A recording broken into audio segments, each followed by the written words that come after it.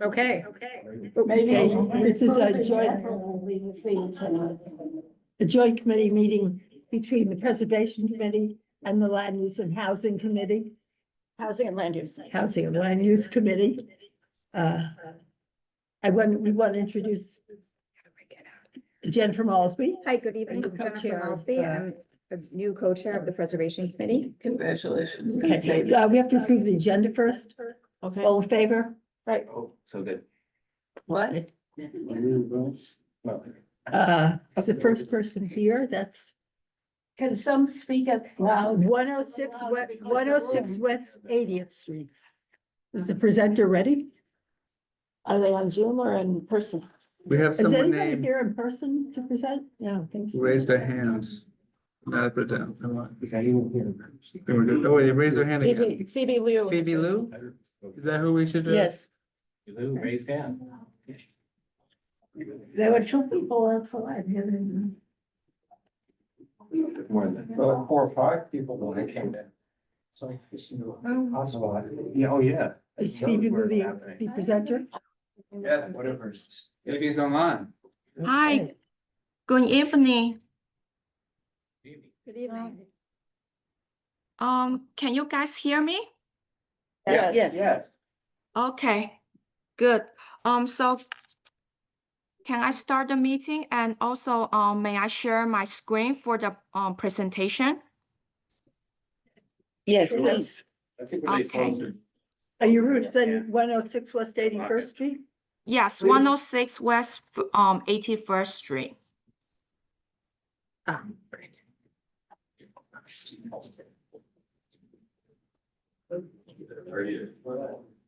Can you guys see my screen now? Partially. Yes. Yes. Yes, okay, now. Good. Are you the architect? I am representing JD Design Associates, Which is what? the architect and engineer firm.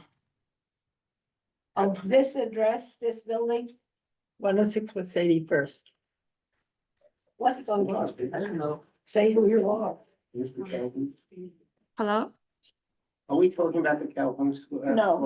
What are we talking What about? are we That talking? building right there, This is just a just the building. regular Yeah. agenda item for the Preservation Yeah. Committee. Okay, Should we do this separately? We're gonna wait till housing is we're gonna do the last item together. Otherwise, we're gonna proceed as the Preservation Committee. Yes, Yes. yes. Okay, go ahead. go ahead, Ms. Lou. Okay. Hi, good evening, everyone, chairs and member for the Community Board 7. So my name is Pisha Liu, representing JD Design Associates with the project located at 106 West 81st Street. And thank you for the opportunity to present. This property is within the historical districts between the Columbus and Amsterdam Avenue. As shown in this 1940s test photos, the adjacent buildings were originally at the same height. But you can see over here, the 1980s test photo, you can see the east side building is already become taller than ours. And our building is currently 3-story brick townhouse within a basement and cellar. Our proposal to add a setback 4th floor and a small rail enlargement. This is a single family renovation with a limited rail and rooftop addition located at the Upper West East Side. Importantly, the front facade will remain completely unchanged. We will only perform cleaning and minor restoration for these projects. For the existing bricks and metal elements, we're going to repairs for necessary. For future slides, we're going to show how we do the enlargement and how well it looks like. So in these photos, you can see that the red boundary shows the historical boundary and the red curve is my project located area. So my project is within the Upper West Side Central Park West Historical District. And over here, this shows the block 1211 use diagram and the height diagram. For this diagram, you can see in this block, the building already, most of the building is 4-story, 5-story building talls. And my building is over here, 106 West 81st Street. And the adjacent building is building number 100, and it is the 7-story building tall, and the adjacent on the west side of the building is the 106, and it is a 4-story building tall. This slide shows the site plan, existing proposed building key plans. And it is a 22 feet wide building, and we are adding a rail setback for the 4th floor building. And we adding the modest rail enlargement, a small 1-story greenhouse, and a setback 4th floor. Additional to minimize the visibility. The final height remains within the block's typical range and lower than several neighbors' building. The next slide will illustrate the elevation and also the floor layout. It is the building section view. So it is the existing 3-story building with a basement and cellar. We adding a setback 4th floor and also a small scale amount of the greenhouse in the rail. The greenhouse is 1-story building.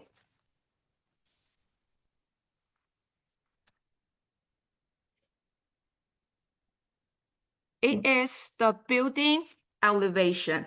The building elevation shows the existing rail elevation, proposed rail elevation, and also the front elevation and the proposed front elevation. So you can see for the front elevation, we're keeping most of the unchanged elements. And for the rail, we have some rooms and also the setback of the 4th floor. It is the floor plan. Floor plan shows the cellar, basement, and 1st floor. As you can see, all changes are internal and at rail, with no impacts on the facades or street view. It is the proposed 2nd floor, 3rd floor, and 4th floor plan, and also the proposed roof plan. The 4th floor plan additionally is a setback, and the roof terrace, we're going to have a setback because we are going to avoid the visibility from the streets. And also we are lined up with the existing buildings. This photo shows the existing condition for right now. And now you can see it is the from street view for the photos we take recently. And then a couple of the photos is more close views. It is the more closer view for the existing facades and for the stoops. This photo, we taking different angles at the rail yard. And then you can see the surrounding building is already taller, and then we are surrounded by the tall buildings. It is our rail yard, and then the surrounding building is very high. So when we taking the photo, it's also very difficult to show all the elevation of adjacent buildings. It is the proposed addition will be visible from the public surroundings. And we have different photos to take in at different angles. For this photo, you can see it is from the Court Street. So our adjacent building is already higher than us. Our building is over here, 106 West 81st Street. It is also West 81st Street at different angle, looking at the Amsterdam Avenue. And then it is more closer view, and then it is our top of our roof. This photo is another view for taking more closer. We stand in front of our building and taking up to see the whole building elevations. And then the photo number 1 is the further view to see if we can look at and see what's on our roof. It is all existing photos for the surrounding points. And it is also the backyard view for the existing building. It is our part of the building, and then it is other side of the building.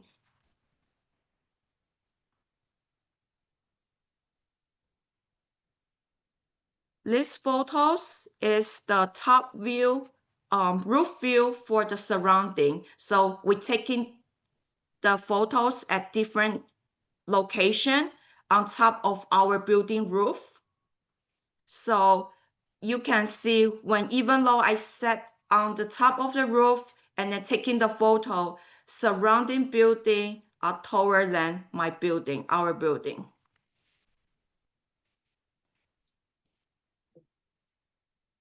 And it is the renovation, the rendering for the showing for the setback of the roof.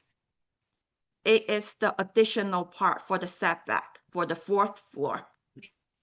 We're going to have an addition extension. And then it is the existing view for the storefront. So we are not changing the storefront. We're keeping it is existing as it is. We're going to do a renovation and repair for it.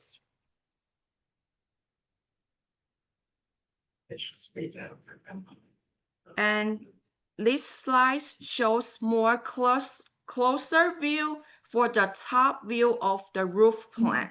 So we're going to have a mechanical units on the roof, and you can see we have a setback at the back and also at the front too. We have a setback. So this limited the visibility from the street.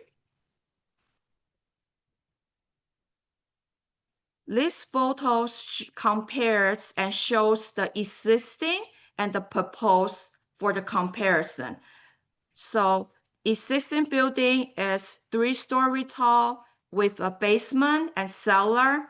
And then my adjacent buildings, surrounding buildings are also taller than us. So it's already, for this building number 100, it's already 7-story height building. And then it's going to be the rear view for my proposed.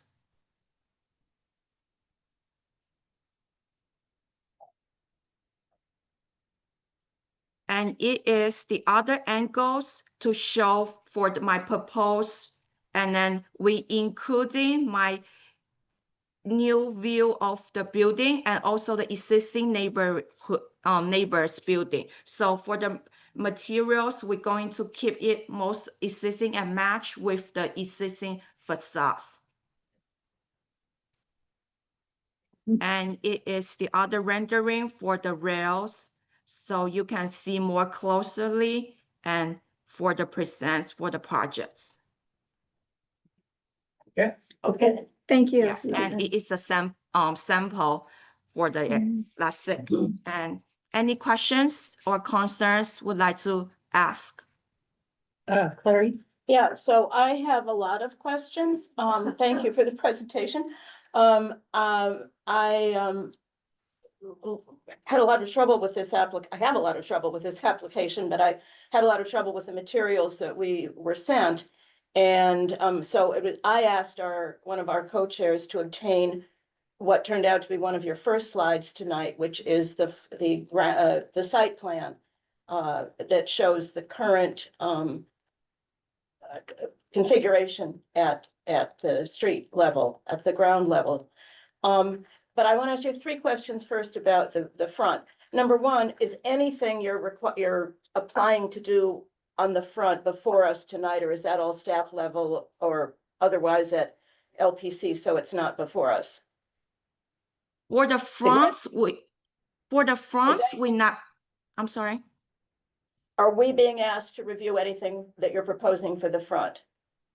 Not really. Actually, for the front, we're not touching anything. We're going to do just the restoration. So we keeping it is.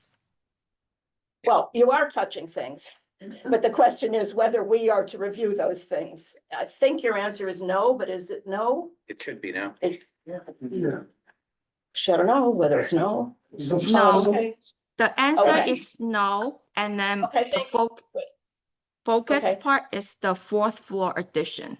Right, okay, second, is that a fire escape on the front of the building, looks Yes. like? Yeah. Yeah, That is existing fire escape, yes. okay.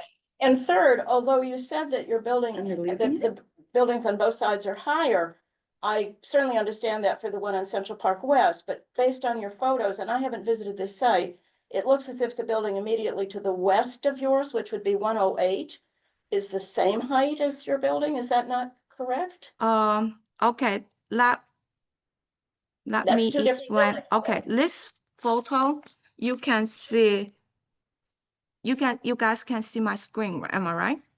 Yes. Can you please show the Okay. photo instead? So I zoom in, so it is 106, it is my building. And then my building existing is a 3-story building with a basement and cellar. And but Yes. my adjacent building 108, it is actually in the building department record, it says it is a 4-story building, but it has the same height with my building. Right, that's what the picture seemed to show. Yes. Okay, thank But you. That's my in the question. record, yeah, but in the record, they represent as a 4-story building. But it's the same Right, height. okay. So, thank you for that. Now, if you hold this diagram, not this one, actually, the site plan The that I site think you may have plan? shown even before. Do you mean by this this? one. No, It was this a one. sideline. This one, it's hard to read on the screen because all the print is really small. But this is the additional drawing that we received after I asked our co-chair to try to obtain it. So my question is, or a couple questions.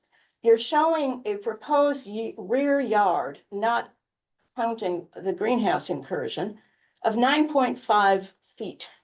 Generally, there is the 30-foot rear yard setback. Yeah. I'm not as expert on some of these zoning matters as some of my colleagues are here today, and some of those particularly from the Housing and Land Use Committee.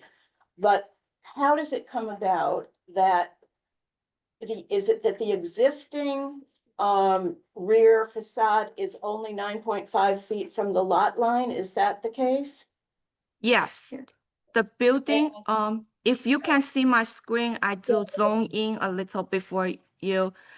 So the existing building, the rail yard, exterior wall, from the property line, existing is 9 feet, 5 inches. It is the existing condition. So they Okay, can't that's intrude any existing. further. Right, they certainly can't do that thing. So, okay, so I think that the other larger plan you showed that showed the adjacent buildings actually to some extent answered the question that the building on Central Park West seems to extend in what would be your rear yard, except you don't have you never had a 30-foot rear yard apparently, or at least Yes. not But after that building. Yeah, so we're looking at 9.5 feet. I'm as sorry to existing. interrupt. One thing I want to point out is due to our building size, right?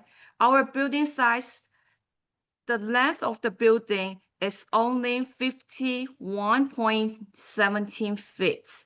So for my property, it's less than 100 feet. So it's not like a regular, Yeah. It's true. right, Right. regular size of the building. So I have the exception in the building code. So I can Okay. reduce my rear yard.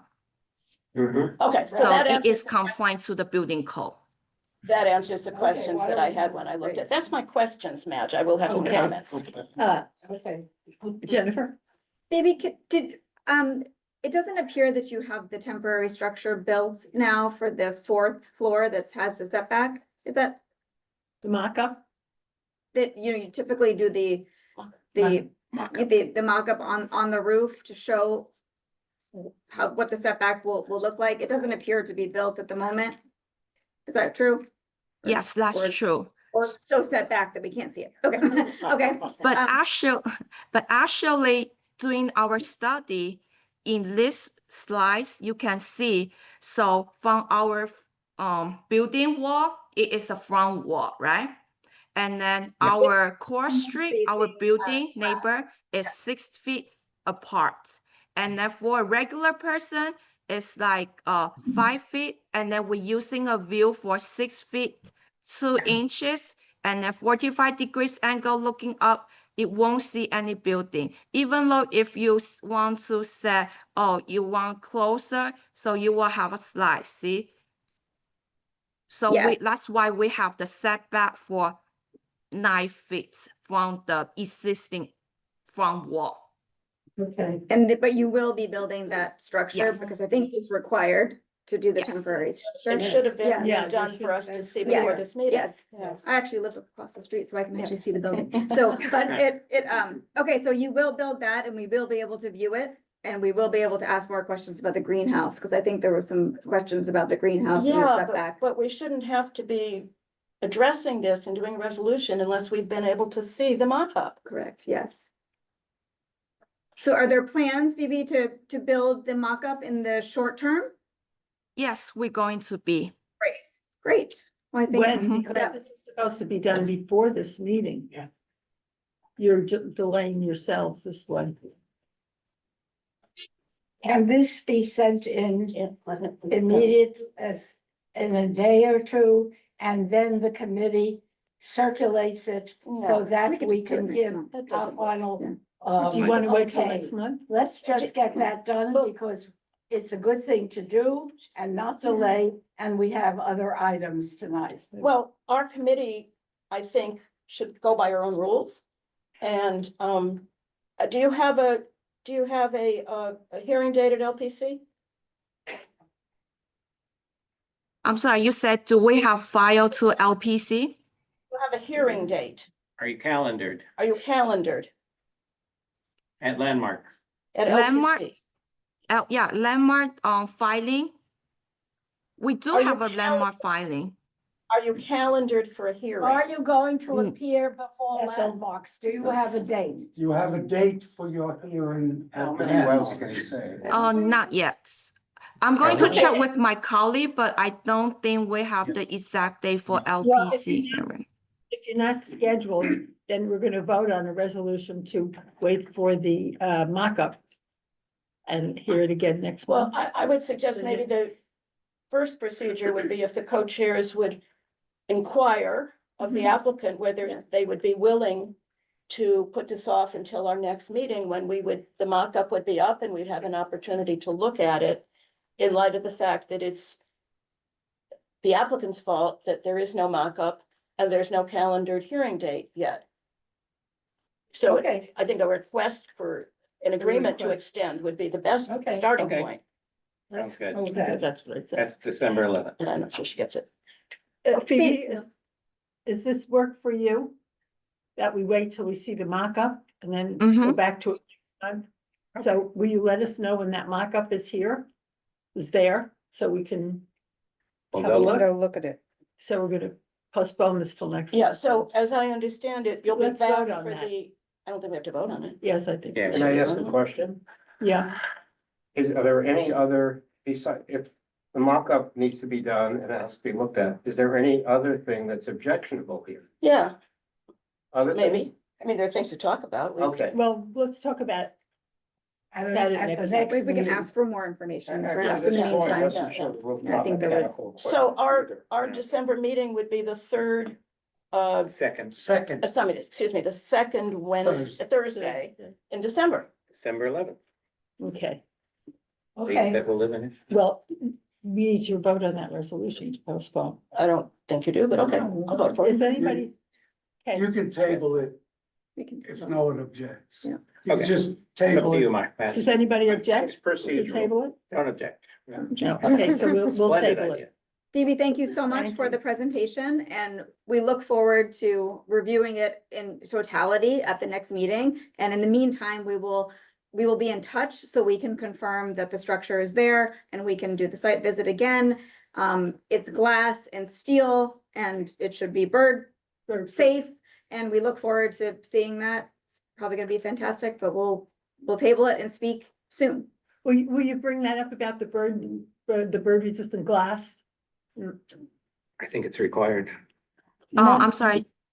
The glass, So you Is- want us to present the sample for the glass? no, you can just tell us, you don't have to present the sample, but let us know that you're using that. Yes. There's a New York City rule that may or may not apply to this particular structure. It certainly applies to larger structures that requires glass that is not attractive to birds. I do not know the answer to whether it is a requirement for this structure, but I think we are asking you informally at this point, because we haven't done a resolution, to come back and present to us whether you, and we hope you will, use this bird-proof glass. Is that right? Yeah. Yes, thank Great. you. Okay. Thank you for your time. Shelley, can we Okay, table we'll it? see you We then. don't have to vote on tabling. No. Okay, We've already did it. okay. Okay. Hereby Ne- table. ne- Thank you Can I very much. ask a question? Oh, yeah, of the- sorry, Jay. My own co-chairs. Yeah, And I apologize for being late, but I came from another board meeting. And I see all of these people from, was it housing Yes. and land use, and I don't, can you tell me what the process is? Why is this a joint Joint meeting meeting. for No, everything? No, no, just for the last one, just for 30 West 67. Okay, then with all due respect, can I ask that just the Preservation Committee members discuss the Yes, Preservation thank you, Committee items? That way we'll save an awful lot of time okay. for We everybody. we only have one more. No, Okay. no offense to anybody, but never. The good news is there's only one left. Yeah. Okay. Okay, That's one right. Thank you, forty-three Phoebe. West 95th Street. Thank you very Thank much. you so much, Phoebe. We look forward to being in You're touch. welcome. It's my pleasure to present my projects. Thank you. Thank you. looks like a nice project. Beautiful. Okay, how do we get the next person? Is there, It should be 143 West 95th. Oh, it's the one I looked at. if they can raise their hands? It's a representative for 143 West 95th here. If you can raise your hand, we can. There we go. There we go. Thank you. Christie? There we go.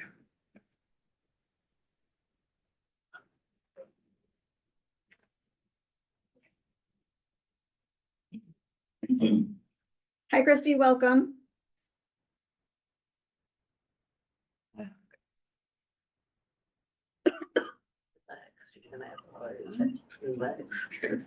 Hello? Yes, Hi. hi. Oh, Oh, I don't, oh, hi, there you go. Hello. Hi, hello. Jay? Going to Yes. share the screen. Can I ask a question before we get started? Which, depending on the answer, it'll either be irrelevant or save us a lot of times. Is there a mock-up on the building? Yes, We don't there know. is.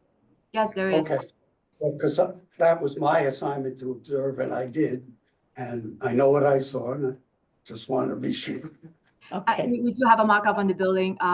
It's, I don't know if it's up to par, You but just- it's there. hi. What'd Can you say? introduce yourself, please? Yes, hi. So my name is Christy Liu. I'm representing the owner for 143 West 95th Street.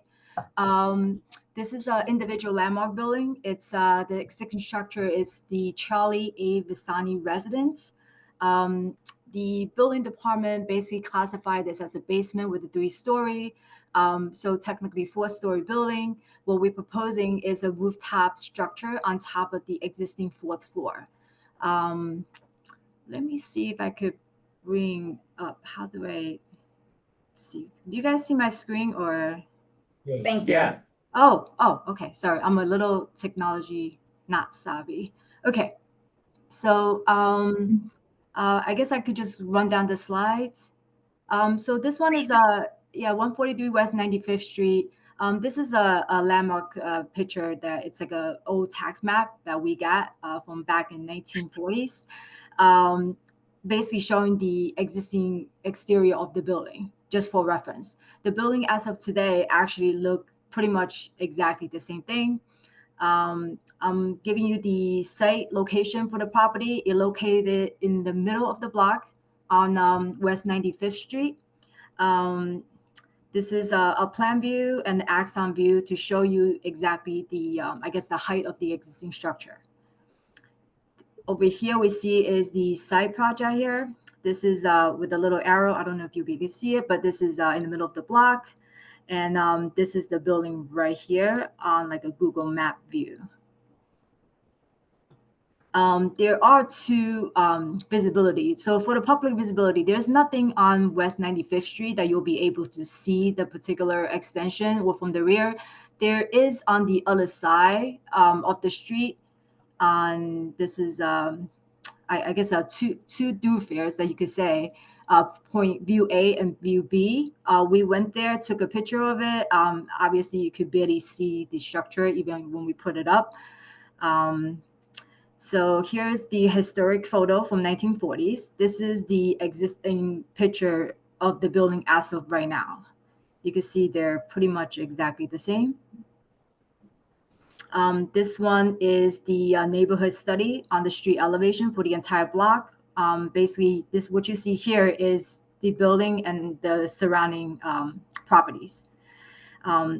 Just to, I guess, tuned out the building structures, you can see our building right here. That's on this little red spot here. This is a bulk study, a bulk diagram for the building. The existing building, as I said, is 4 stories, 50 feet 10 is about the building perimeter height. What we're proposing here is the proposed vertical extension that's going to be set back 10 feet from the street wall and basically align with the rear of the building. This is a side section for the landmark. So basically we're going across the street showing a 45-degree line of sight.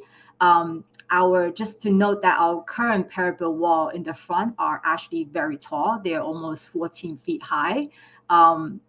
At the tallest point. So like in the picture, I could point it out later again. This is the middle point that you see here, which is at the 14th point. So even when we build the extension, it's very hard to see it from across the street. This is the plot plan for reference. The existing 3-story with basement. We're proposing the roof top extension, which is the shaded area here. You can see it's 10 feet setback from the back and basically aligned with the existing building at the back, at the rear. We're not proposing to change any of the use of the building. It's a multiple dwelling. Everything on the inside stays the same. The only changes that we're doing is basically, it's called a 3rd floor, but it's, basement count as 1. So on the 4th floor, technically, we're just adding an interior staircase to the new rooftop extension and using it in conjunction with the unit below here at the rear. Here's the roof plan for reference. Oh, sorry. The existing front elevation, this is the building, the 14 feet height that we just spoke about before is right in the center here. By adding the rooftop extension, you can see this structure right here. Half of the extension will be kind of blocked out by the existing front parapet wall. This is the existing rear elevation of the building. Again, we're not touching the existing rear elevations. We're just adding the extension to push a line with the rear wall of the building on the top. This is the building section showing the roof extension. the portion here. These two are the existing chimney on the property. We're not changing anything in the back and at the front. So we do have mock-up photos. Maybe let me just see if I could zoom in a little bit for you guys to see.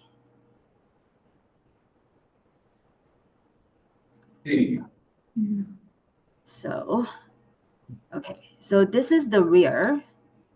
They built the wooden structure here. It's not on the other side, but this is pretty much the extent it's gonna go across. But this is the one of the corner of the mock-up at the rear. Over here, we also have the mock-up in the front, but obviously, oops, sorry. We have to really zoom in to see this structure here in the front. This is also the mock-up. You can see, you won't be able to see anything here, but there you can see this like a little extension. This is pretty much the height of the proposed extension at the roof after this finish, which is here. Let me see if I zoom in this way. And this is the mock-up that's currently built on site at the roof.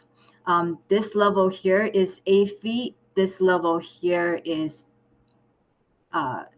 11 feet high. So what you see here on the red mock-up is actually at 11 feet high.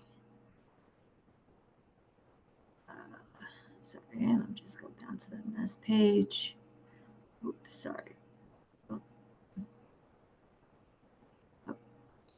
Over here is the material board. We're proposing the exterior of the building to be stucco.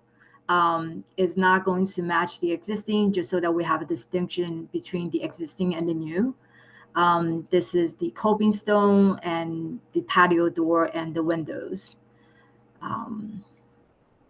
And that's pretty much it. I do have a couple pictures that I could show you on the mock-up images. That might be easier to see, sorry.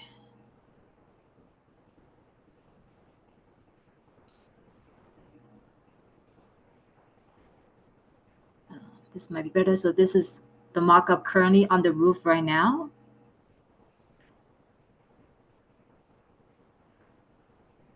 This is the 10 feet setback right in the front. So this will be the front wall of the extension.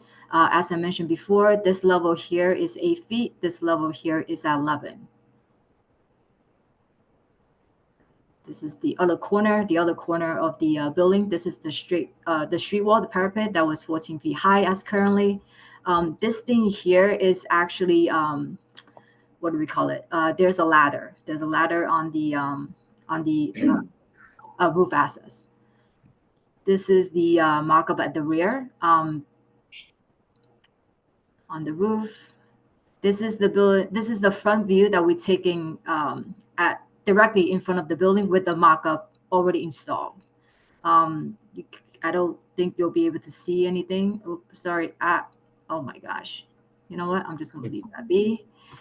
Yeah, so you can't really see the actual mock-up that's currently on the roof. This is at the rear, which is a enlarged picture, and you can see that this mock-up at the rear that I just showed you before on the roof. Again, we didn't build these other side, but you could get the idea that basically you're just going to go straight across on the other side. This is the other view of the building. Let me just zoom in. If this is better. Okay, so here is the mock-up. You can see here. That's the tip of the new building for the rooftop. And then maybe this is a more clear picture. No, it's right here. This is the other side looking at the building. This is our building right here. And you really have to, gotta go through the trees. I think I have another picture. This is a more close-up picture, and you can see it here on this corner.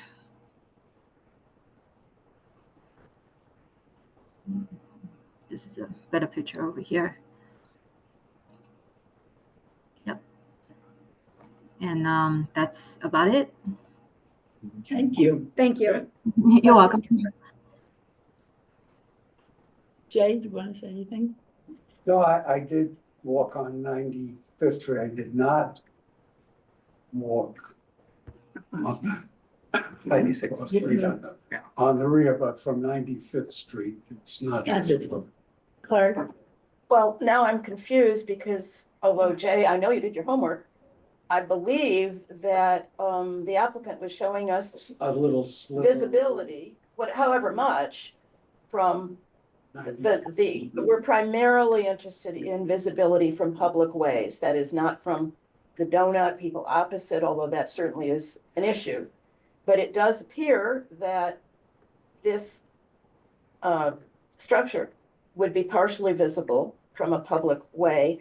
And also, mock-ups are normally, I don't know if this is by requirement, but they're normally orange. Yeah. And full, and you're supposed to, I think, mock up the full bulk of whatever you're building. Here you only have some corners. So for instance, across the front, you would have a full facade that might or might not be more visible than this little bit that shows in the photo because the mock-up is incomplete. Better than the last applicant, which didn't have a mock-up, but still an incomplete mock-up. My other question, and then I'll wait with comments if you prefer the co-chairs that way.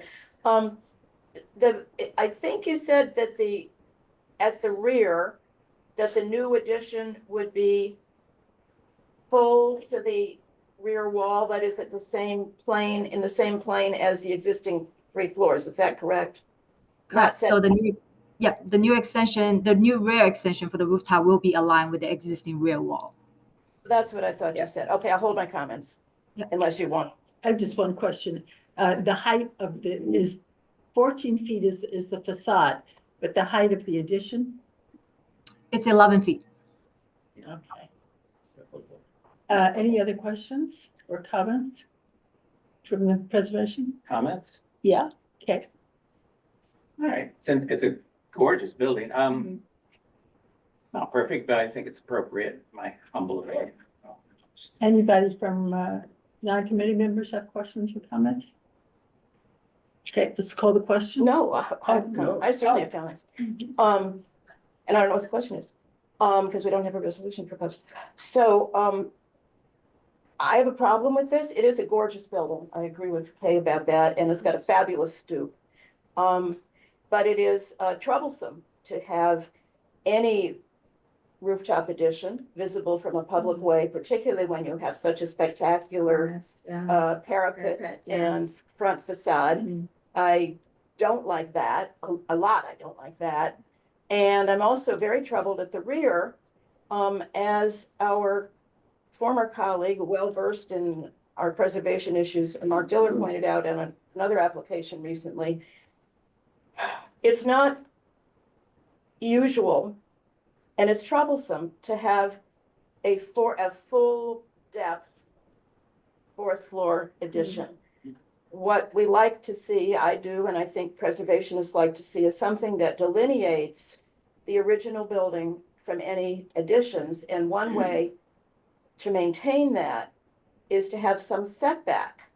I mean, we've approved many 4th floor or 5th floor, depending on how many floors you start with, additions that are set back and not visible from the front, which is not true of this one because it is partially visible, but are also set back at the rear so that it's not in the same plane. I do not favor this application for those reasons. Can I ask you that rear, the rear, is it different material so it's denoted so we can tell that it's an addition? Yes, absolutely. So the existing is brick, and then the new one is going to be stucco on with a different color. I just also wanted to know that the building next door actually has a vertical extension as well. That's pretty much aligned Jack, with can the I rear. just ask you again, when you walk by, I confess, maybe I didn't. Yeah. Maybe I didn't go east far enough on 95th Street. But certainly face on, you don't see, or I didn't see anything. You wouldn't see it face on, you'd see it from. So, and I did, go a little in both directions, and I did not facing it, that would be on the right where that narrow alleyway or whatever it is. And I did not see the mock-up from there. So it may have been my oversight, but I didn't see it. But And she's got I photos think, of it. yeah, so I assume it was there. My assumption is if it's slightly visible to only that extent, I mean, I agree, it's always better. Yeah. If it's not visible at all, but a little visibility from what would have to be a sharp angle, I don't think would keep me from approving it. I have one more question, if I could, Sure. co-chairs. I think it was the partial mock-up on the front part of the building that you said was partly 8 feet and partly 11, is that, or was it 11 and 14? The front was 8 feet. Eight, and the well, back there was an 11. The Was mock- was the Yeah. 11 because of the ladder or just the ladder, or I didn't see in that partial mock-up two different heights? Yes, so let me pull that up again. Sorry, let me see. I think it's this one you're talking about. Just see. Yeah, so Yeah. 11 feet is basically where the parapet wall is for the building, and this is the building. So this is 8 feet here, and this is 11. Huh? What- So you're building what a concludes- parapet on top of the rooftop addition? I don't think so. No, No. No? no, the The parapet is, parapet's I there. mean, it doesn't look sloped, No, it's not So- sloped. It's a flat ceiling.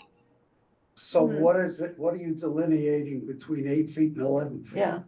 Uh, What's it- it, what, So, I mean, this is just it's not exactly a very clarified mock-up. I do agree on that end. What they should have done is to extend the entire mock-up to this level so that it is more. This way it's very confusing. And I You can see apologize for that. you can see the small wood. Is that? Yeah, is that I the- mean, yeah, 11 feet. Okay, that will make a only 8. difference because that will be a material difference for that front. may I Yeah. ask you, why did it, Yeah. why did Yeah. you do a mock-up of 8 feet when it's going to be 11 feet? um, You I, can see. I will refer to my contractor on that, but yeah, that's but this is the mock-up that you see. You see that thing that stick out. This will be that little corner that's visibility that you can see, which is right here. But that will be a full structure, and so maybe It would be a full Okay. structure, and it would be linearly going this way. My question would then become, how can we be sure of the visibility if we're looking at an 8-foot mock-up for an 11-foot structure? The roof is 8 feet, the parapet is 11.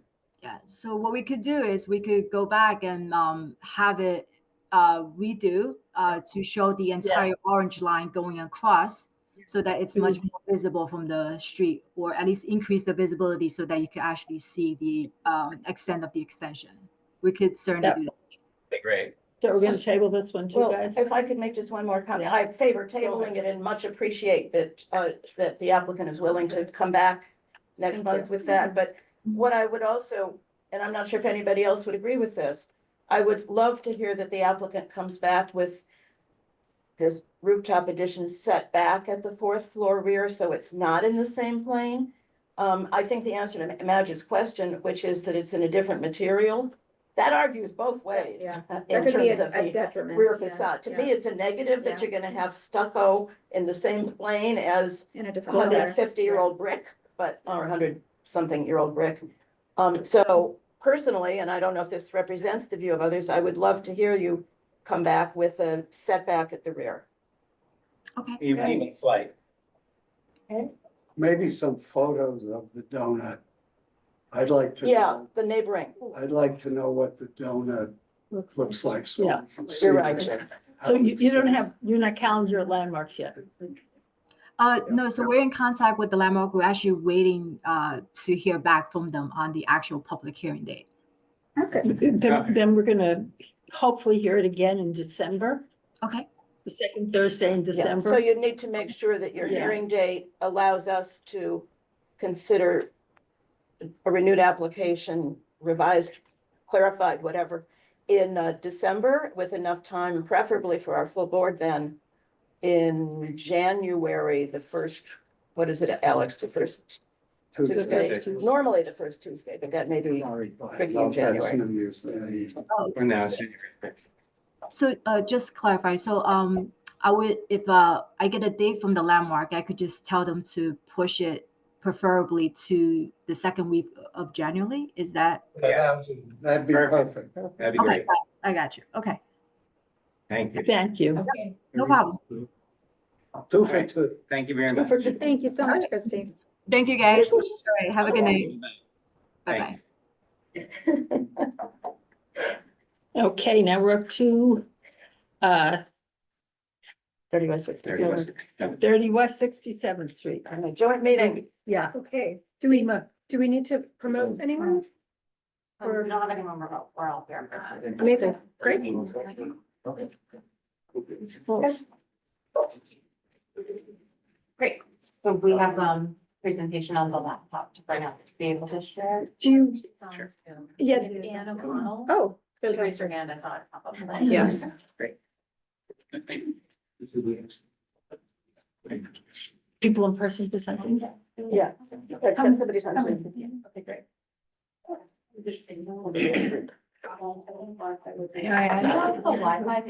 being Yes, I can presented? open Our it. Wi-Fi password is, yell it out. Oh. To be fair, what's our Wi-Fi password? CB7 Wi-Fi. That one's not it. That I'm one's- sorry. It is a joint Seven meeting of Wi-Fi landmarks implement. and housing and I land got use. it, so I just want to understand that they are. Thank you. Okay. I'm all the time. Who am I getting my You seat? love- Where am I going? I'll go anywhere. Do you want the people who are presenting to sit at the table? Is that the best way to do Yeah. it? Any, I yes, think absolutely. we're considered. What are we trying? I'm Yeah. fine Let's get over it. standing or Okay. however you prefer. Sure, that's fine too. Okay, good. All right. Wait, can I just say, if you have a presentation, could that person maybe join the Zoom and share screen? I Oh, saw oh. her, Anne O'Connell. Yeah, she didn't accept my, We're doing right now. Oh, she's trying to get on the Wi-Fi so that it's a stable. got On it, our Yeah, way. yeah. perfect, okay, great.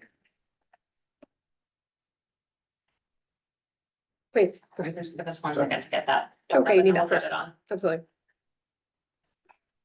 Sorry to keep you in suspense. No worries.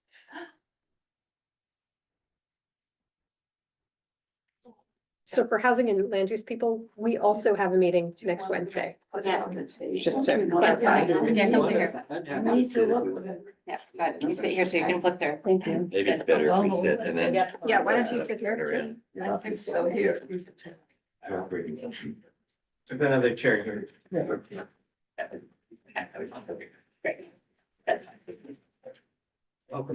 I think I may have to. Rejoin the Zoom. Rejoin the Zoom.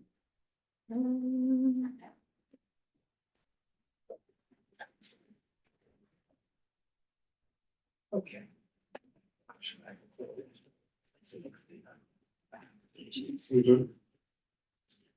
Is that the one? Doing these now? It's fine, you know.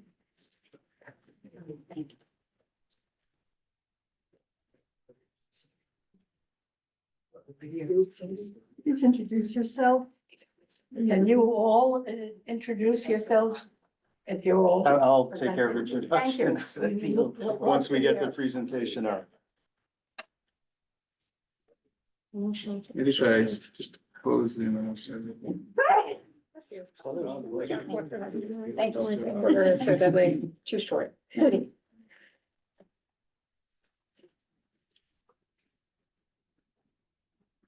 Oh, maybe it's, which one is it? Why does it say starting? Try that. I know. Yeah.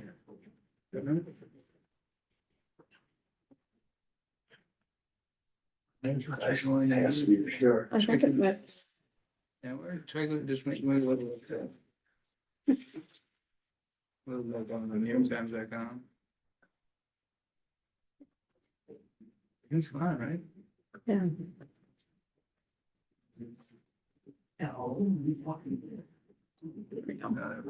Okay. Wow. Good. Yeah, it's, it's worse. I actually. Yeah. You have a thumb drive, I've seen what to do it too. I do. Let's have that as a backup. Or do you want to email it to me? Well, what, yes, we're having some auditions. I see. Like the list that we have. Yeah, I read the, I can't do it. Yes, I'm upset for you. What else can they do? Why so difficult? Technology. It's stable at least, so that's something. Irony. The same size and give us. I don't think you're that adaptive. Oh, geez. Let's we'll try again. Listen, I'm packing. Yeah. It says connected, but you know, who knows? Who knows? Or do you want to do my hotspot?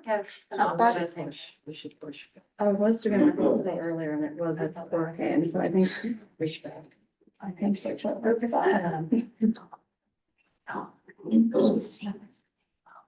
Trying to email it to you. I know.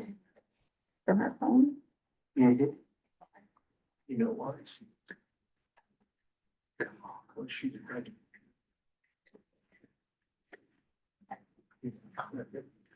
Do you have the doc on your phone? Do you want to send it to one of us? Is it one of the presentations that you already sent?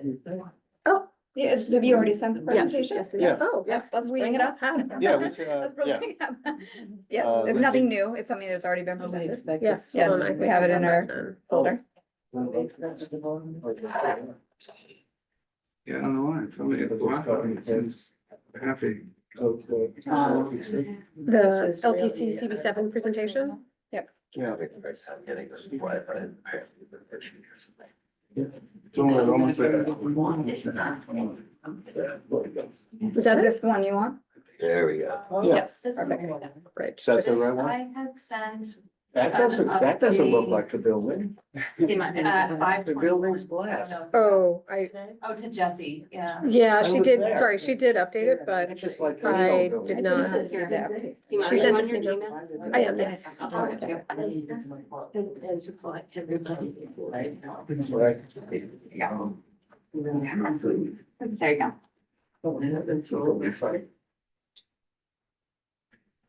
You guys.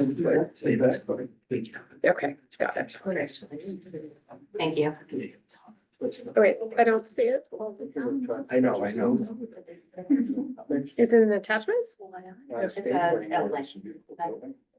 Oh, I okay, just got well, onto she's the in. Zoom. Oh, amazing. Okay, okay, fantastic. Thank you, Every everyone, which for way your Renaissance was patience. in. How to convert it. Okay.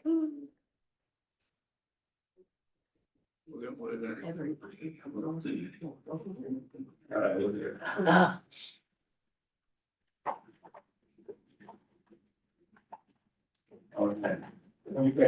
Okay, thank you for your patience, everybody. My name is Ward Dennis. I'm a principal at Higgins Quaysbarth and Partners. We're preservation consultants on this project. Dan Lobitz and Ann O'Connell from Ramza, the architects for the project. We are here for 30 West 67th Street, if you want to go for the next. Which is a proposal. We're gonna have a little lag here.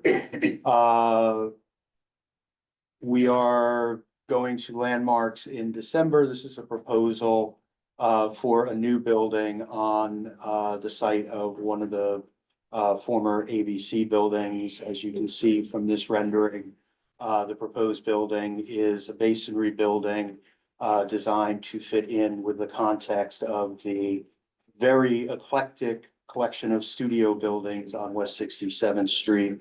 Neo-Renaissance, Romanesque, Neo-Gothic, Art Nouveau, and arts and crafts, among other styles, just amongst the buildings right on our street. Next, please. This is, Who is your client for this? You are the preservation consultants. Who is the Yeah. client? this is a project by Extel. Yes, And that would be representatives helpful from to let everybody Extel know. are here, along with other, And they own the current building. yeah. Which we Yes, haven't seen. yes. That Just they want to so demolish. we need to understand that and. We'll all the get people. to it Yes. in the Hello. presentation. Hi. Hi. You are from, and if you want to, anyone else to introduce, because this is an important owner and person and someone we work with and hope to do so, and we need to know who is who and how in order to be clear, save time and work creatively, but know that we all have to work together. We Why received the don't we- application materials and had a chance to review them. Okay, so. That is absolutely Yeah, true. so Why don't we that's hold, helpful. why don't we hold all the questions until after the presentation and then we can. The question was necessary to begin with. Who are they and who and representing? If you would Thank give you. us a Go right chance, ahead. Go right maybe on the ahead. next slide or two, we'll get to that. Thank you. So this is where we are on 67th Street on the south side between Central Park West and Columbus. Obviously within the Upper West Side, Central Park West Historic District. And go next, probably just, yeah. So the project team, SC Campus Owner LLC, which is Extel Development, Robert A.M. Stern Architects, SBJ Group are project architects, engineers include WSP and Constantini Associates. We are the preservation consultants. Bree Frank Harris is the land use counsel, and Cozen Public Strategies is our government relations. Next, please. Can you speak a little louder? Thank you. Sure. So here again is the project site on the southern edge of the historic district, and you can go next.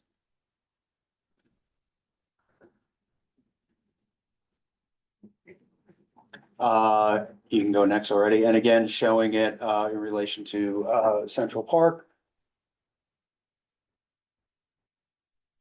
This is the existing building on the site, 30 West 67th Street. Was constructed in 1979, designed by Cone Peterson Fox. One of the first buildings of new construction by ABC on the site. You can go next, please. The existing building is 13 stories, all glass, front facade, connects into another building outside the district on the south side. The existing building, like I said, was constructed in 1979, a couple years before or about a decade before the historic district was designated. It is listed in the designation report as a modern building. It is, as I mentioned, 13-story building, 200 feet tall. It very much is out of context with both the scale, material, and design of the historic district, and we believe that demolition here is appropriate, given that the building is not one for which the historic district was designated. You can go next.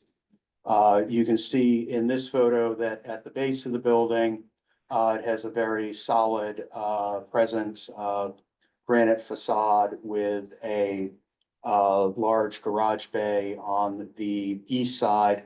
Here's another view of that base. You can go next. And you can see then the glass facade, which rises at the street wall to 5 stories and then sets back. The history of the site, as I think you may know, the Derlin Riding Academy building is immediately to our east. These historically were 3 buildings that were at different times associated with the Derlin Riding Academy. Next, please.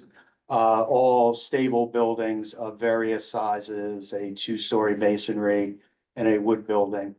By 1955, American Broadcasting, ABC, had acquired much of the block and had already converted the Derlin Riding Academy buildings into their television studios. By 1960, you can see that the buildings on this site had been demolished. Go next. ABC over the coming years started expanding their holdings on the block. By 1979, they had constructed 2 buildings, 30 West 67th on the left, and the 7 Lincoln Square building, which is not in the historic district in the middle. They had also converted Armory building on 66th Street, also into their studios. And as you can see in the site plan at the top from 1981, they already had plans for a future expansion on 66th Street. Next, please. At the time of construction, the buildings were, I think, this is some quotes from Paul Goldberger. They were not seen as, either of them, as particularly exceptional. As Goldberger says, neither of the ABC structures is a masterpiece. And go next. And the glass creates a sleekness that is at odds with the neighboring context. Shortly after construction, ABC did start that expansion on 66th Street. They enlarged the building, or they constructed a new building to the south on 66th Street that then connects in with the existing buildings. So you can see the existing building in gray, the new building in white. You can also see, if you look at the floor plan, that the elevator cores for the existing building were built to the rear of the building with the idea that there would be this future expansion. When Landmarks designated the district, they did not include this southern building, so they really bifurcated the building itself and put half the building in the district, half out of the district. Next, please. And really, I think that was to create a continuity along the block so that if there was a future development on this site, the future development would be subject to Landmarks review. In 1993, after ABC had completed its expansion project, Paul Goldberger went back to look at the entire complex, and again, looking at these buildings, and at this building in particular, the 30 West 67th building, noted that it has far too much glass and far too little in the way of architectural ideas. Next, please. So again, we don't feel that this is a building that contributes to the historic district. As I mentioned, the building does have a designation of style of modern. We looked in the Upper West Side Historic District, and unlike other districts where the commission noted either no style buildings or non-contributing buildings, in this district, they did not, but they did really sort of sweep in all the buildings of different architectural styles, and you can go next, from the late 1930s on under that modern rubric, including a number of buildings that were like these, particularly the two on the right, that were taller and much newer buildings, even a building that was built basically under construction when the district was designated. 279 Central Park West is noted as a modern building. We don't think that the style designation is relevant to whether the building is contributing or not in this instance. Next, please. And there are examples in the Upper West Side Historic District of modern style buildings that the Landmarks Commission has approved for demolition in the past. Those include 8 West 70th, which was part of the Sheriff Israel complex. That building was not built, but the project was approved by Landmarks in 2007, and then 207 West 79th Street, which was constructed and approved in 2014. You can go next. In doing the approval for the Sheriff Israel building, the commission noted that that was not a building for which the district was designated and did not contribute. So with that, I will hand it over to Dan to talk about the proposed project. Thank you, Ward. And as Ward said before, I'm Dan Lovitz. I'm a partner at Ramsa, Robert A. M. Stern Architects. And I want to thank you for giving us the opportunity to show you our design for 30 West 67th Street today. This, of course, is a very distinguished and historic block. And we are very excited for the opportunity to make a contribution on this block. But we understand it's also a great responsibility given all of our distinguished neighbors on the block. And so our goal is definitely to build something that really contributes to the district and fits in very comfortably with the neighbors. And of course, here again, it's a site plan. You can see the building in the middle of on the south side of the block. And this is a streetscape elevation showing you our proposed building, which of course is right above the yellow plan of that building in the middle of the block. You can see it here in association with all of these neighbors. And of course, it's quite an interesting collection of neighbors. And I think what's so wonderful about it is that each building is unique, each building is distinctive, but they all grow out of the classical tradition. And so it's a collection of individuals that somehow are still very much a family, and we want to be a part of that as well. And so if you look across the street, which is next, on the north side, you can see similarly another very interesting collection. And of course, many of these buildings are studio buildings, and that I think really sets this block apart from many others. And of course, that's a very specific New York typology. And so it really does create a very interesting block. And here's an axonometric view. So this is sort of a three-dimensional view looking down at our building from across. And you can see here how we propose to do a building that fits in with the neighbors, and you can see exactly how it fits in. You can see it hugs the street wall in a very simple way. And then our mechanical bulkhead is set back and abuts the south edge of the site with a roof terrace facing north. Are all these contiguous buildings going to remain as they are now? Yes. Yes, that's correct. Next. And so this is a cross section through our proposed building. You see it's 107 feet tall to the top of the parapet. This is cut through the building. It's a slice taken through the building and looking toward the east. And in the dotted, the dashed line beyond, you can see is the profile of that existing ABC building that's on the site right now. And so you can see we're proposing something that's quite a bit less tall, and we think fits in more appropriately with the neighborhood.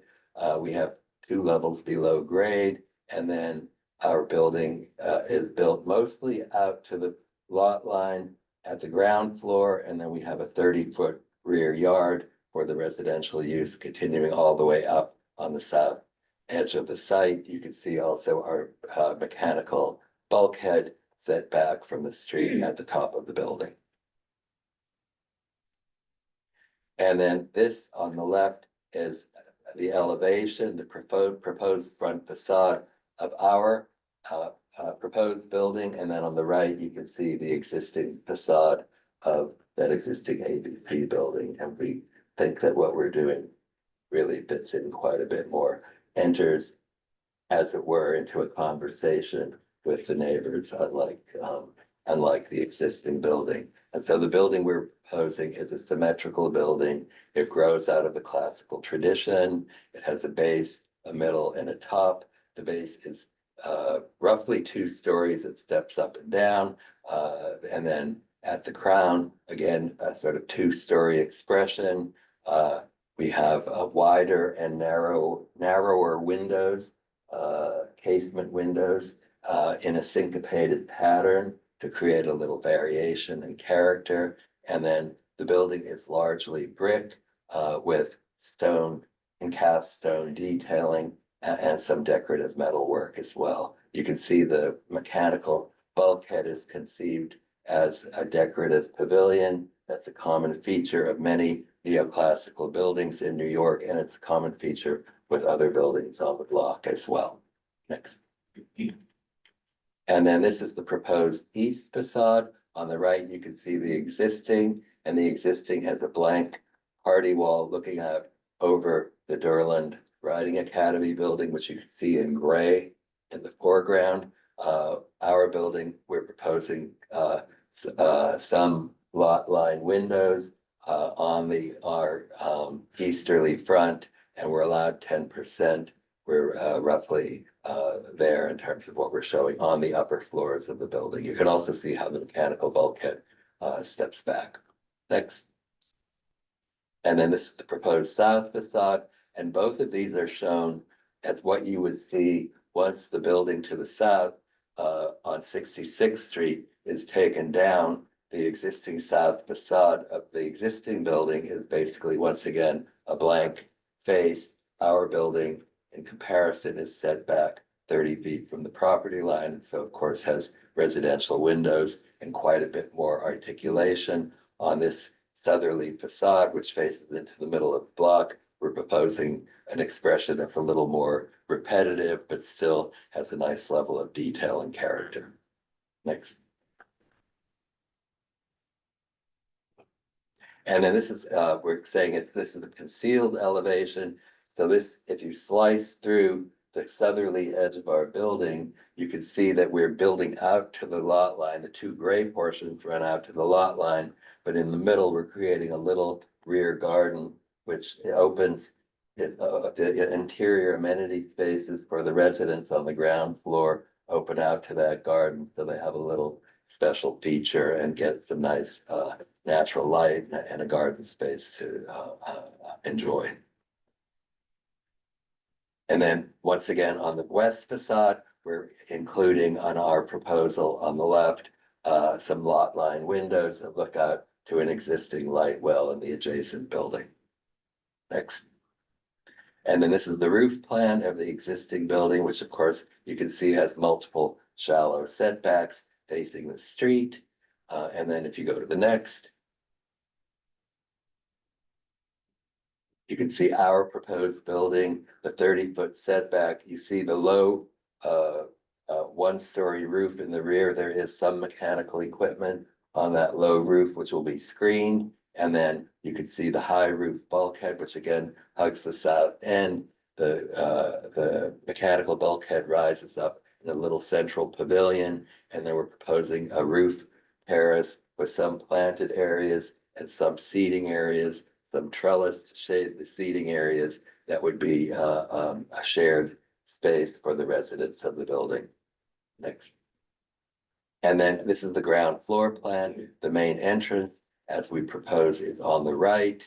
And then we have all of the typical features. The interior layouts are still being developed, but all of the typical features of a residential building with, of course, a desk, a package room, a mail room. We have some service spaces, some amenity spaces. Again, you can see that in green, that garden on the south edge of the site. Next. And then this is the second floor plan. So you could see where we're proposing in terms of the layouts. And this plan is typical for all of the residential floors.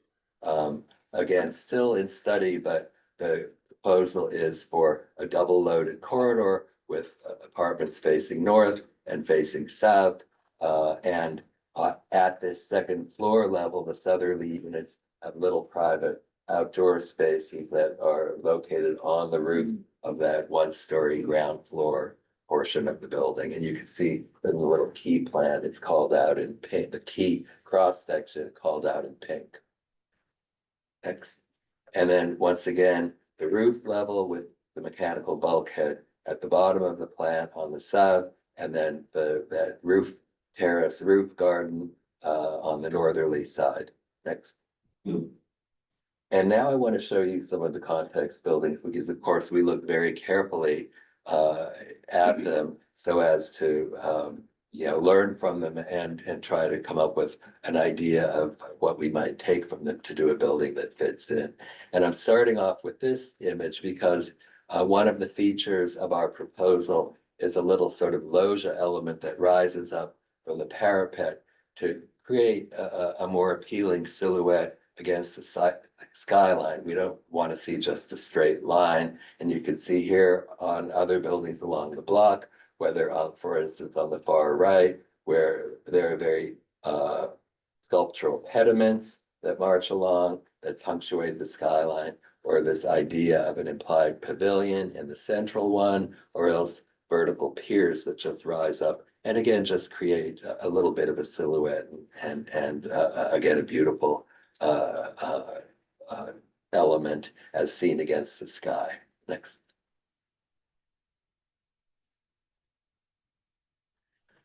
And so once again, looking at the buildings on the south side of the street, what's very notable to us is that all of the buildings are basically brick in combination with either cast stone or stone, sometimes stucco and some metal work. But interestingly, each one is different, even down to the color and the nature of the brickwork in terms of the patterns of the brickwork. So it's a wonderful collection. And so what we're proposing for our building is to also do a brick building with stone and cast stone, and with a brick that doesn't exist anywhere else on the block, but that makes its own contribution and adds to the character and enters into the conversation. Next. And again, the same story on the north side of the street. And I'm going to take you, I'm not going to dwell on these, but I'm going to take you through and very quickly just go sort of one by one for each of these buildings, just in the fastest way possible. But so number 2, West 67th, of course, the studio building, and it's characterized by this light, warm brick in combination with a granite base. And then there's some interesting stonework details around some of the openings, especially at the ground floor, but also up rising through the body of the building. Next.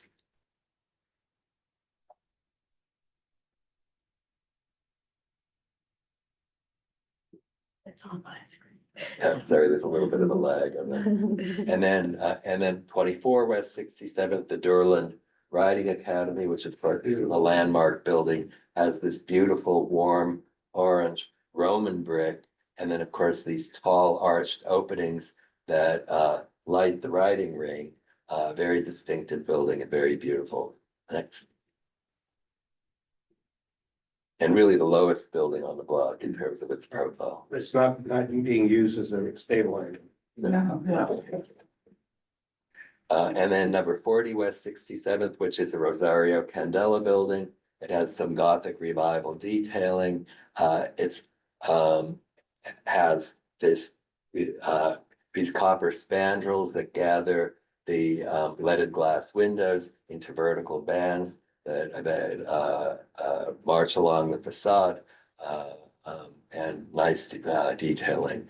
Number 50 West 67th Street is a Renaissance Revival building, combination of red and brown brick in a diaper pattern. You can see that in the upper middle image, and then in combination with some stonework and stucco detailing, these lovely shallow curved balconies. That's the detail that we're picking up on for our building.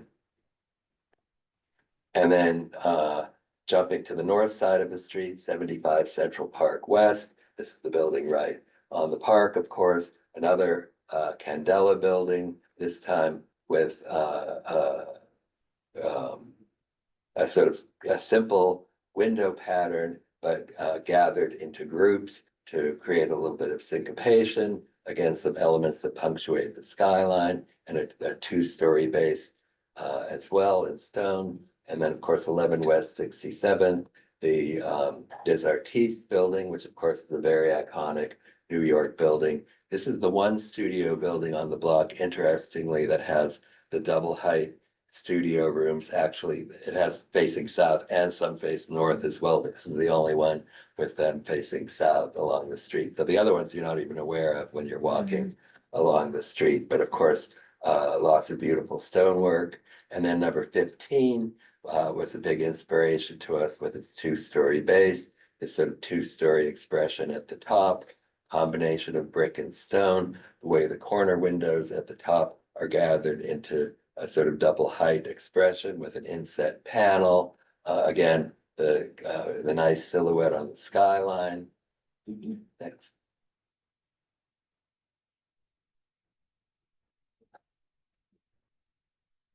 And then number 17, West 67th with this light warm brick in combination with granite. And this building is characterized by some interesting brick detailing around the openings. Then number 27, which is arts and crafts at Art Nouveau in terms of its detailing with this vibrant red brick. And then really quite an interesting range of different brick patterns in the different panels, Flemish bond overall.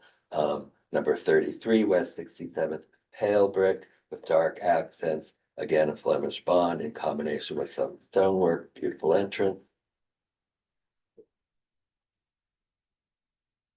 And then number 35, I think the smallest of these buildings on the block, characterized by these stonework coining that really marches all across the frontage, again, a combination of brick and stone.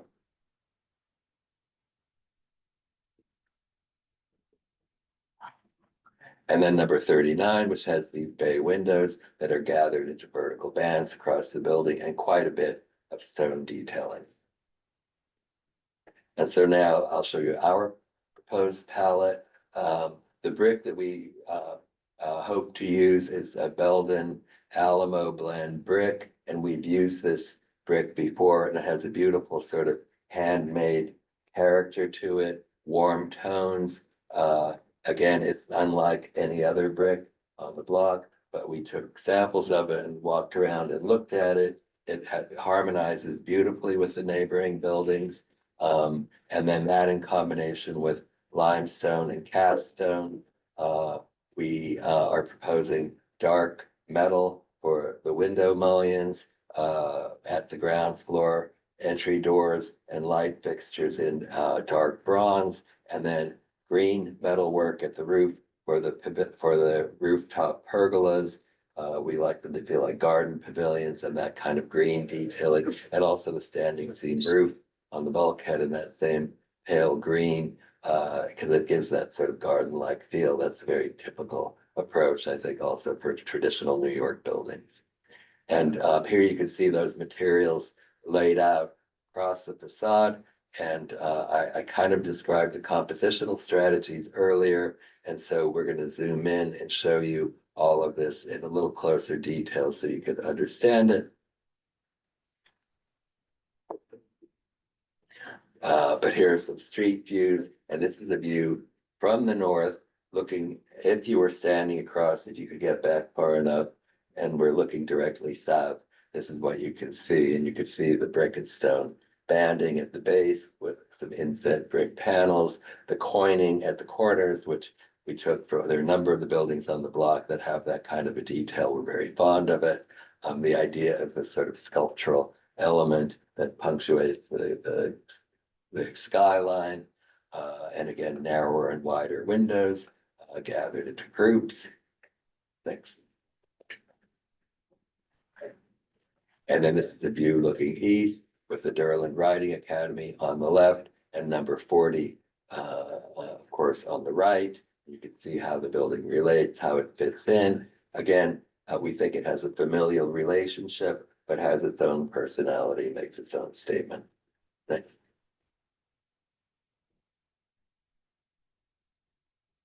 And a view looking toward the building from the west, again with the Riding Academy building in the foreground and number 40 in the distance. You can see the Des Artistes building on the far right in the foreground, a little distorted in this view, but you get a sense of how all of these buildings relate to one another.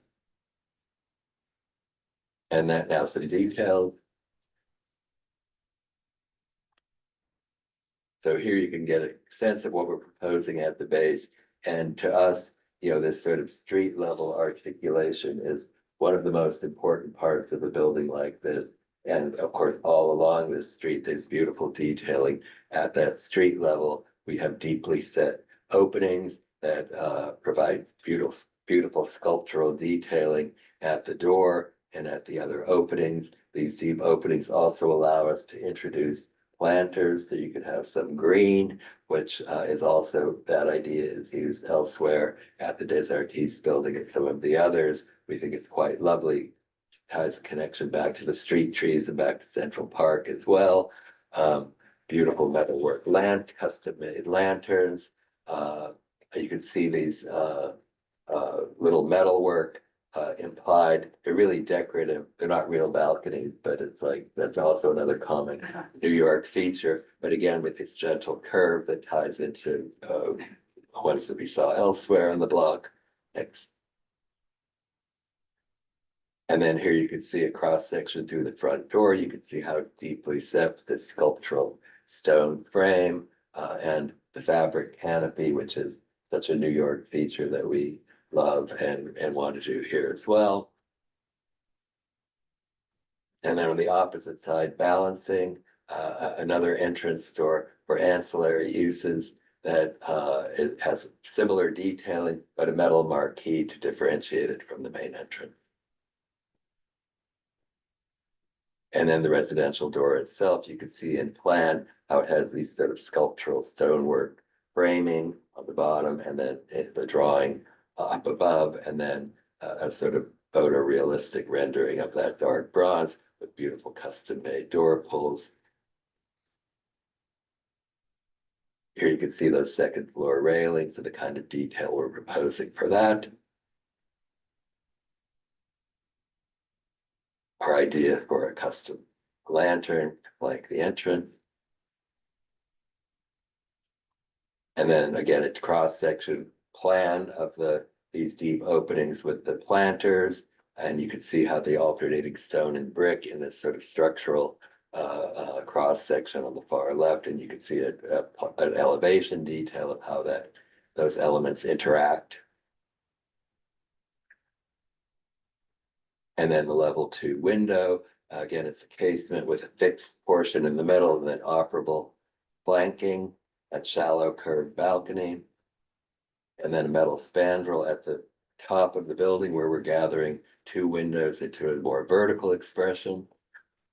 Mid-scale element, I think, creates some variation. And here you can see that in play at the upper facade. And then the facade has subtle setbacks. You can see in red, we're outlining what we're showing in detail here. And if you go to the next image, we have just a sort of color coded, and these planes are set back sequentially, just a few inches in depth, but it's enough to cast a shadow and create a more sculptural character to the whole facade. And then just looking down at that rooftop amenity with the green metalwork, with the decorative features, concealing the mechanical spaces from view and creating the sense of a sort of rooftop village in conjunction with the neighbors. Next. That's it. I think that's it. So this is an application to Landmarks Commission. I know this is a joint committee meeting. We're happy to answer whatever questions we can on both sides of the table. I'm not sure if you're on opposite sides of the table We're here all or mixed together. mixed together. We are going to the Landmarks Commission. We're scheduled for December 9th for a public hearing there. Match. Why is the building so short? Never thought I'd hear that. And I have to tell you, I live at number 17, so. Well, I wanna know why you're asking. well, you know, again, our goal was to create a building that we felt fit in and made a contribution to the streetscape. And of course, there are taller and shorter buildings all along both sides of the street. But something I will note is that the tall on 67th Street, the tallest buildings are the buildings that are on the park. And so on our side of the street, the south side of the street, number 2 is the tallest building, and then the others are lower. On the north side of the street, the building on the corner and the Des Artistes are both tall. So there are 2 tall buildings adjacent that are right up against the park, and then everything else is lower. And they're relatively consistent on the north side. And so when the ABC building comes out, it gives us the opportunity to sort of carry through that same attitude where, you know, there's sort of taller things on the park, and then the other ones are relatively consistent. So that was the strategy. But 30 and 40 are each 13 stories. Yes, This is 30. yes, This is significantly. 13 stories. Well, This is 30. right, This is 30. But it's 30 going. stories? No. This is 30. I know, but I'm saying number 40 and 50 are each 13 stories high. or less. With high. We ceilings. are the same height as number four. we're the same, exactly the same height as number 40. Do look like that. They're 10 stories. We're matching. that? I wonder if we could bring up the street elevation. Yeah, why don't we just go back to the, thank you, so. I've been there. It looks like the other two were much smaller. What? I'm sorry? If you look at the space, I believe the next two, the two buildings to the right are significantly taller. I've been on Bob. Yeah. But What do we do? Here's, know I mean, that here's mine the, is here's right the opposite street that. elevation. 13 stories high. We are at the same height. Number 40 as is number 8 40. stories. No, no. It's not. I'm sorry, it's 9. No, it's 9. Well, you can see it right She here. lives on the block. 9 I know, but there's a picture of it Yeah, I right know, there. I You can know. count. There may be ceiling height differences for each unit that can make a difference. could be. Yeah, but the Are you building is gonna have high 9. ceilings? The building is Sure. 9 stories. I mean, if somebody can count, show me 13 floors there. And the height, and we have the height as well. 50 is 8 stories, 40 is 9 stories. I thought so. Number 2, Well, I'm Number counting them 2. on the picture. number 2 is On the picture, 15. but not in reality. Not in real life. Number No. 2 is 15. So We have a I survey. don't have it. So is the question about the height of the building? Because, yeah, because it goes to something else. Yes, of course. Clary? So, as I understand it, the application to LPC and before us to opine about tonight is both to demolish the existing building and to build the building you've shown us. Is that right? As part of the same package? Okay. I have a few technical or sort of detailed questions on the proposed building. Number one, your entrance, particularly actually both the service entrance and the residential entrance, are they at grade so that a wheelchair Yes, can go right in? yes, they are. Okay. At the back, I thought I heard inconsistent, descriptions, so I want to be clear.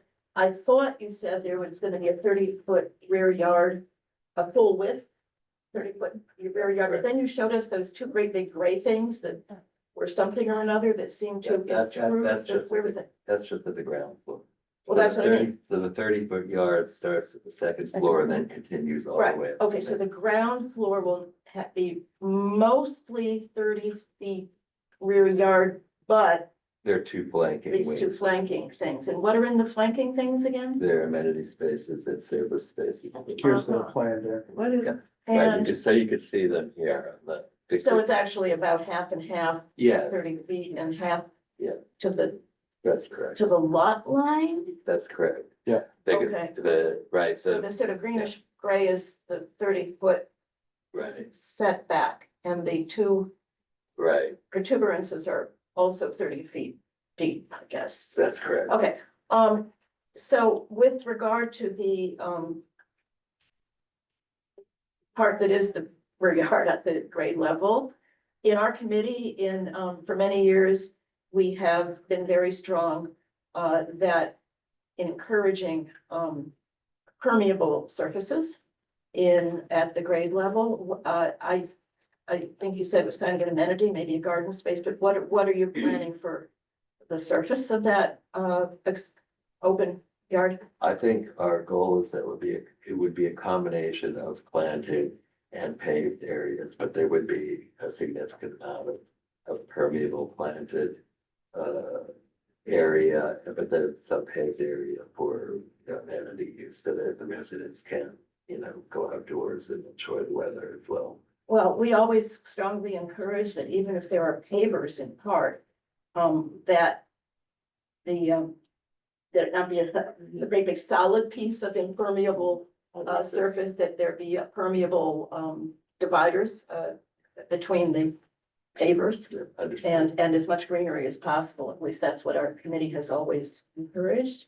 One other question, now maybe I have this answered, I also, that's a little unclear, whether there are any private, terrace space at the front of the building, or is that shared? Space? Shared. Yeah, that, I think your last part of your presentation Absolutely. showed us that. Well, okay, I mean, I think I may have some more comments, but I'll do just one now, which is really bizarre that we have had, after years of no such thing, within 1 week, we've had 2 applications to demolish landmarks. And, they are very different applications. The last one, we chose to recommend non-demolition. It was an individual landmark. This is not an individual landmark. It's part of a historic district. And I personally take a very different view of this one. I don't have a problem getting rid of the ABC building here. And I don't have a problem with the architecture that's proposed. Are those real mullions on the window? That's the old, that's. They're what? They're the divides. The divides in the window. Yeah, and of course, we're working out all of the details still, but. Yeah, that's the. About Shelley, Jay, then Yeah. Lisa. In isolation, I have to say magnificent plan, okay? Every detail, the contextual piece, the architecture, the finer points are just extraordinary, okay? If I would hire you, if I had. But this is a residence. For whom? That's Is the just what I was question. getting sure. For whom? And what relationship, and this involves Exdale, to the affordability of the project in general? Is this an affordable a residence? If it's affordable, build it up, make more affordable. If it's not a part of that, then it's just a beautiful addition to the neighborhood. So the building is being designed for affordable units. I think most of the people in this room, a lot of them have been part of discussions where, you know, we had. Could you speak louder? Sure. Sorry. This- Yeah, why don't you stand with No. This building has been designed as an affordable building. We think that the architecture as it is fits in beautifully with what's there. This is the same building that we presented to the ad hoc committee that we've had. And we are looking forward to continued discussions with that committee to agree on what the right amount of affordable for the site is. But at the moment, until we come to any agreement, which we're looking forward to, this is a building that we think fits very nicely with the context of the block, and is also being designed currently to be affordable. And until further, you know, we're looking forward to further discussions on it, but we don't think that this is the forum for that. This is an LPC application. Can I? Jay. May I? No, we were Jay, Louisa. Am I after Louisa? Thank you. Well, Clary raised a couple of questions I had on the, and mentioned the West Park, church situation that we've been through twice, by the way. I know. 3 times actually, but one was Yeah. before your time, Jay. Very little is before my time. but, the standard for demolition, I know what they all were for the West Park. Presbytery, what, are they identical for this not being? No, I mean, yeah, this is not an individual landmark. That's obviously. why I'm asking. It is within a historic district. Right.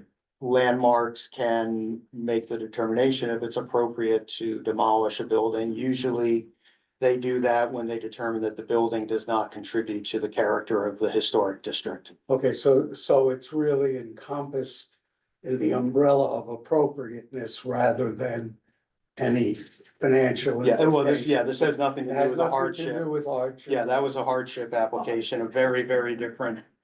And my other question to this gentleman, I'm saying it's designed to be affordable. What does that mean?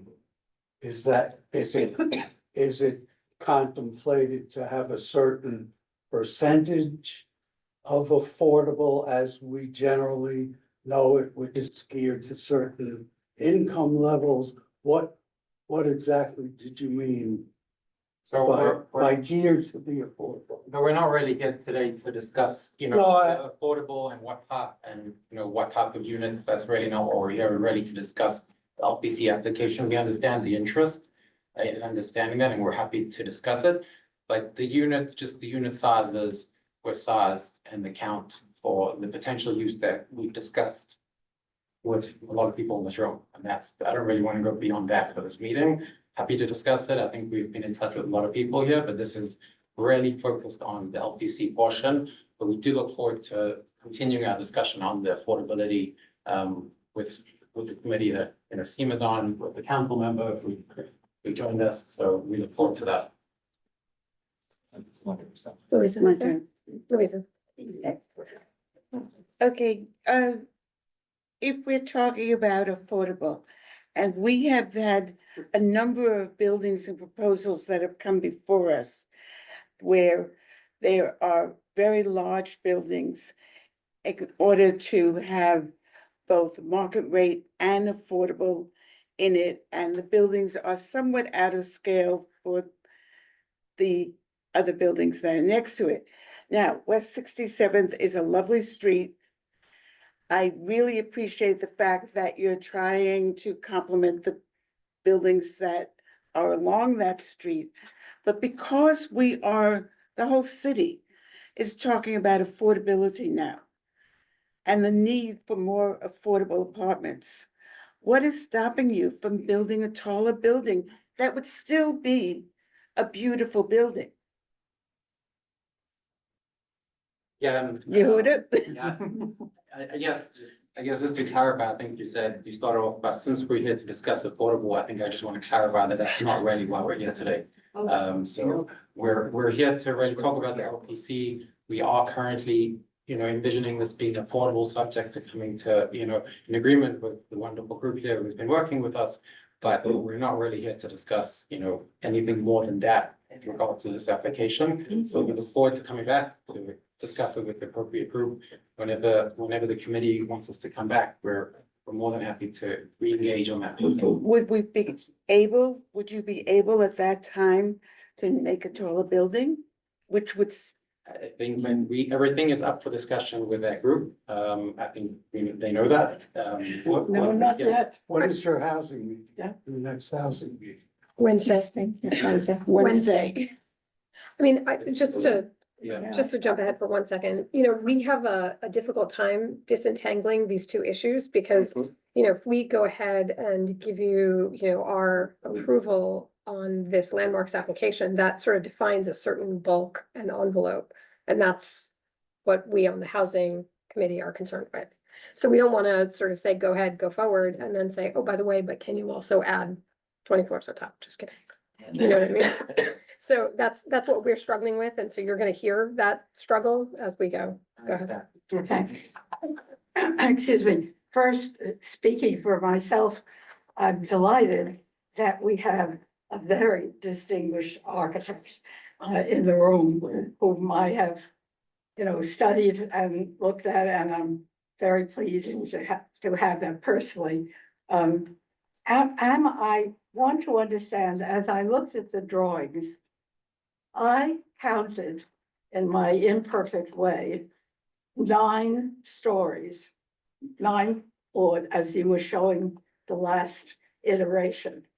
And when I thought, okay, this is going to be, the effort is to fit in to the historic district.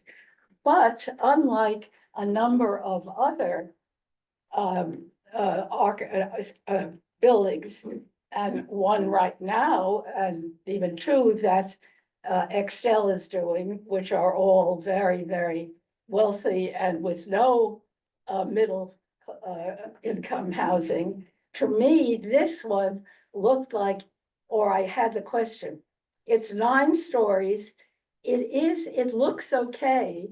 It does not look, in my view, as interesting, as expensive, as valuable as the other buildings on the block. So I would like to know, is this 9 stories?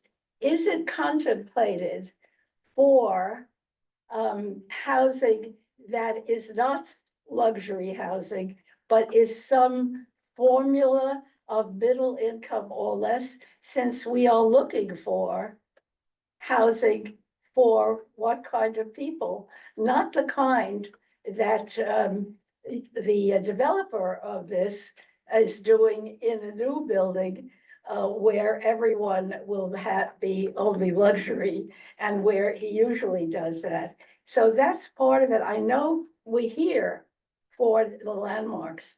I have one other thing. It hit me also, I'm not a connoisseur, but even as you showed a number of the excellent features, I just looked at some of them and I thought the balconies or the fake balcony, I thought they're not real. I looked at the entrance and I thought they're not like the other buildings on the block, and they're not luxury. It looks good, but is it connected? And I think it is to middle income or lower. And why won't you say that even in this place? Because it does intertwine. It's very obvious that it isn't a luxury building unless you tell me that you've got other ideas. It's a good building. It looks good, but it does not compare to others. That's okay if it's your decision. I just like to be clearer about what we're talking about as we go to the other committee too. Well, I would defend the quality of the building. Oh, it's good quality, but it's good quality, but it's different than something else along the And street. it's 8 stories. 8 stories, oh, good, I thought I was off. At least I wasn't off completely when I kept thinking, it's a 9-story building. How many apartments would that encompass, do you think? Or maybe we have to ask Yehuda. Sorry, I'm. What in this 9-story building and potentially, how many apartments? I mean, eight. How many apartments do you think that could encompass?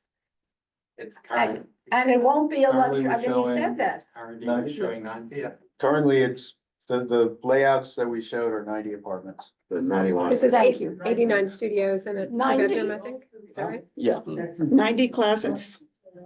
I'm sorry, Louisa, what did you ask? It's 91 units, right? There's 7 residential floors, each have 13 units on them. So it's 91 units. Yeah, but one is a 2-bed, one is Right. a 2-bedroom, so you lose one. And one is the super. Super. Oh, good. Yeah, okay, so you have these residential floors, you have a ground floor, a cellar, and a sub-cellar. It's a lot of space there that is not defined. I understand their back of house use and so forth and so forth. I hate your job in the recent past, I'm an architect. My question is, what is going in there? Because that is not that kind of demand for back of house space. I also see what appears to be 3 entrances. So the question is, what is that entrance? What is these spaces?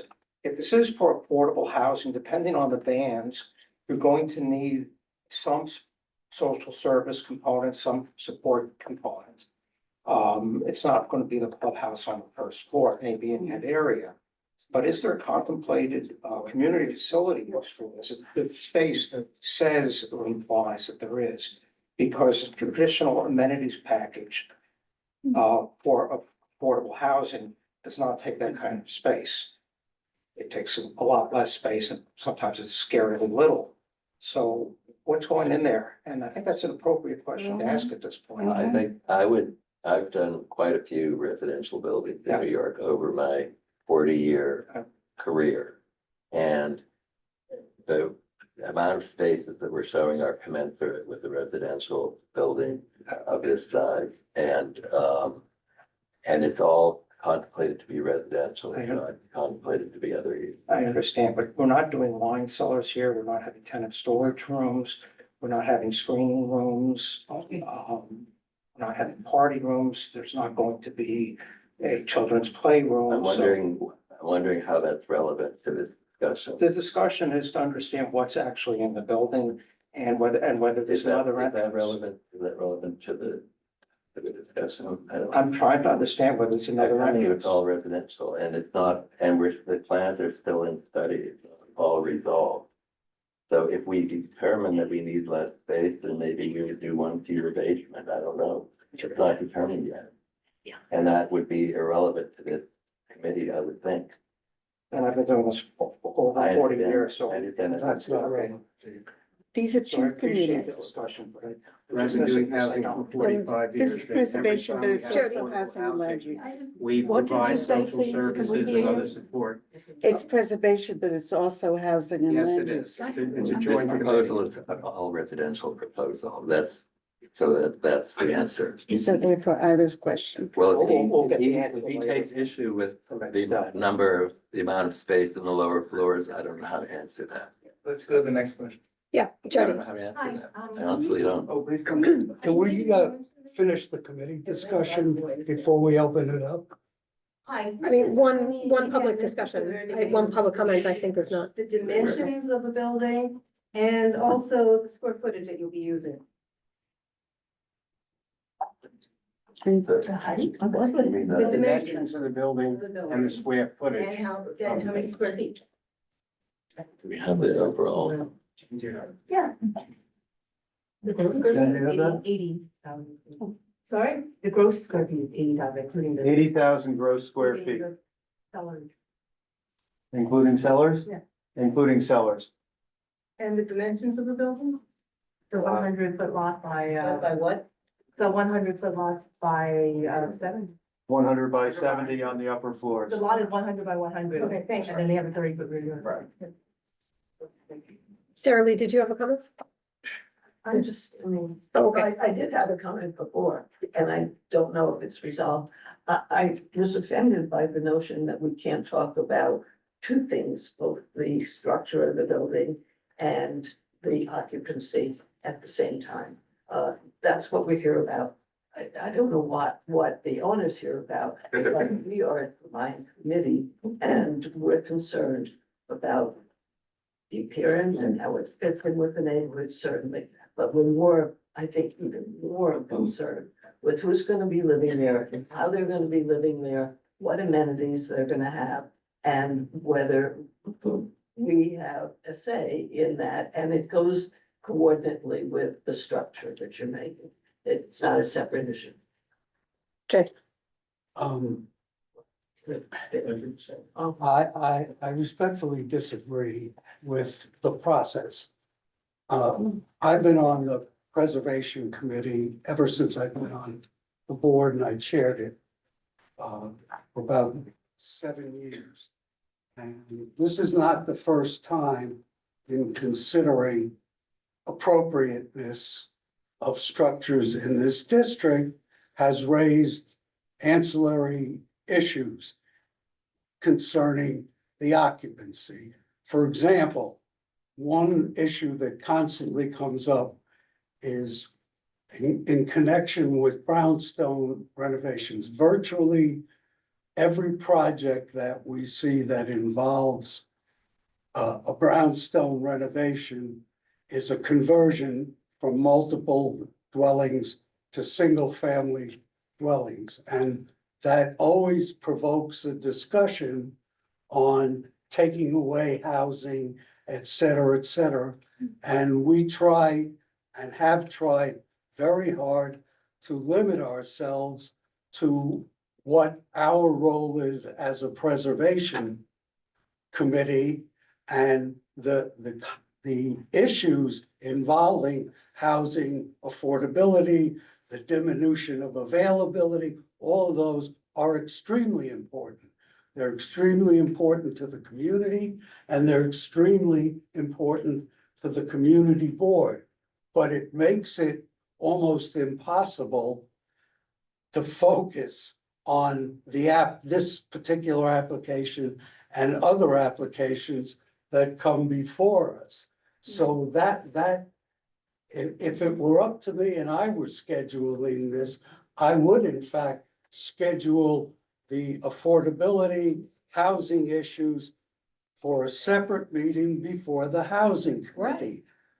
And it makes it on a process point of view and a result point of view, very difficult to come to an objective and a vote on appropriateness that's correct and fair to the applicants. Now, I'm not deeply involved in it, but my understanding is that there are constant discussions with all the various stockholders on this entire project. My understanding is this is a piece of a much bigger situation with the ABC campus. And that there are constant and serious discussions in terms of the percentages of that project that should be dedicated to affordable housing. But I don't think that this is the appropriate venue to determine it, because I don't see how people that have serious concerns about affordability can objectively vote on this application, which is focused on appropriateness within the historic district. And I would suggest, and I'm not sure of the best process to do it because we've never encountered it before, but I think we should separate out the voting on appropriateness and leave it to the Preservation Committee.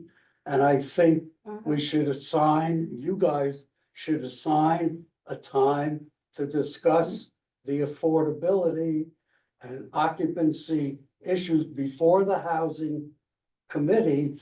And then we can collectively present a position to the full board when the full board meets. But I'm afraid that for example, if I were a member of the Housing Committee and I was not satisfied with what I've heard here, and I feel there's more, how am I gonna vote to move this particular application forward? But I would either have to vote no or abstain, and as we know, an abstention is equivalent to a no vote when you tally votes. So I think maybe the appropriate thing to do is to put forward a motion to separate the vote on appropriateness to the Preservation Committee and assign the ancillary issues to the Housing Committee for a second hearing. Fine. Can I ask a question? Go ahead, why don't you go first? Jess, I understand what you're saying, and it's very difficult. These are almost opposing needs. But if preservation goes ahead now, then that leaves housing unable to argue for a larger building that would contain more affordable units. So how do we separate that out? What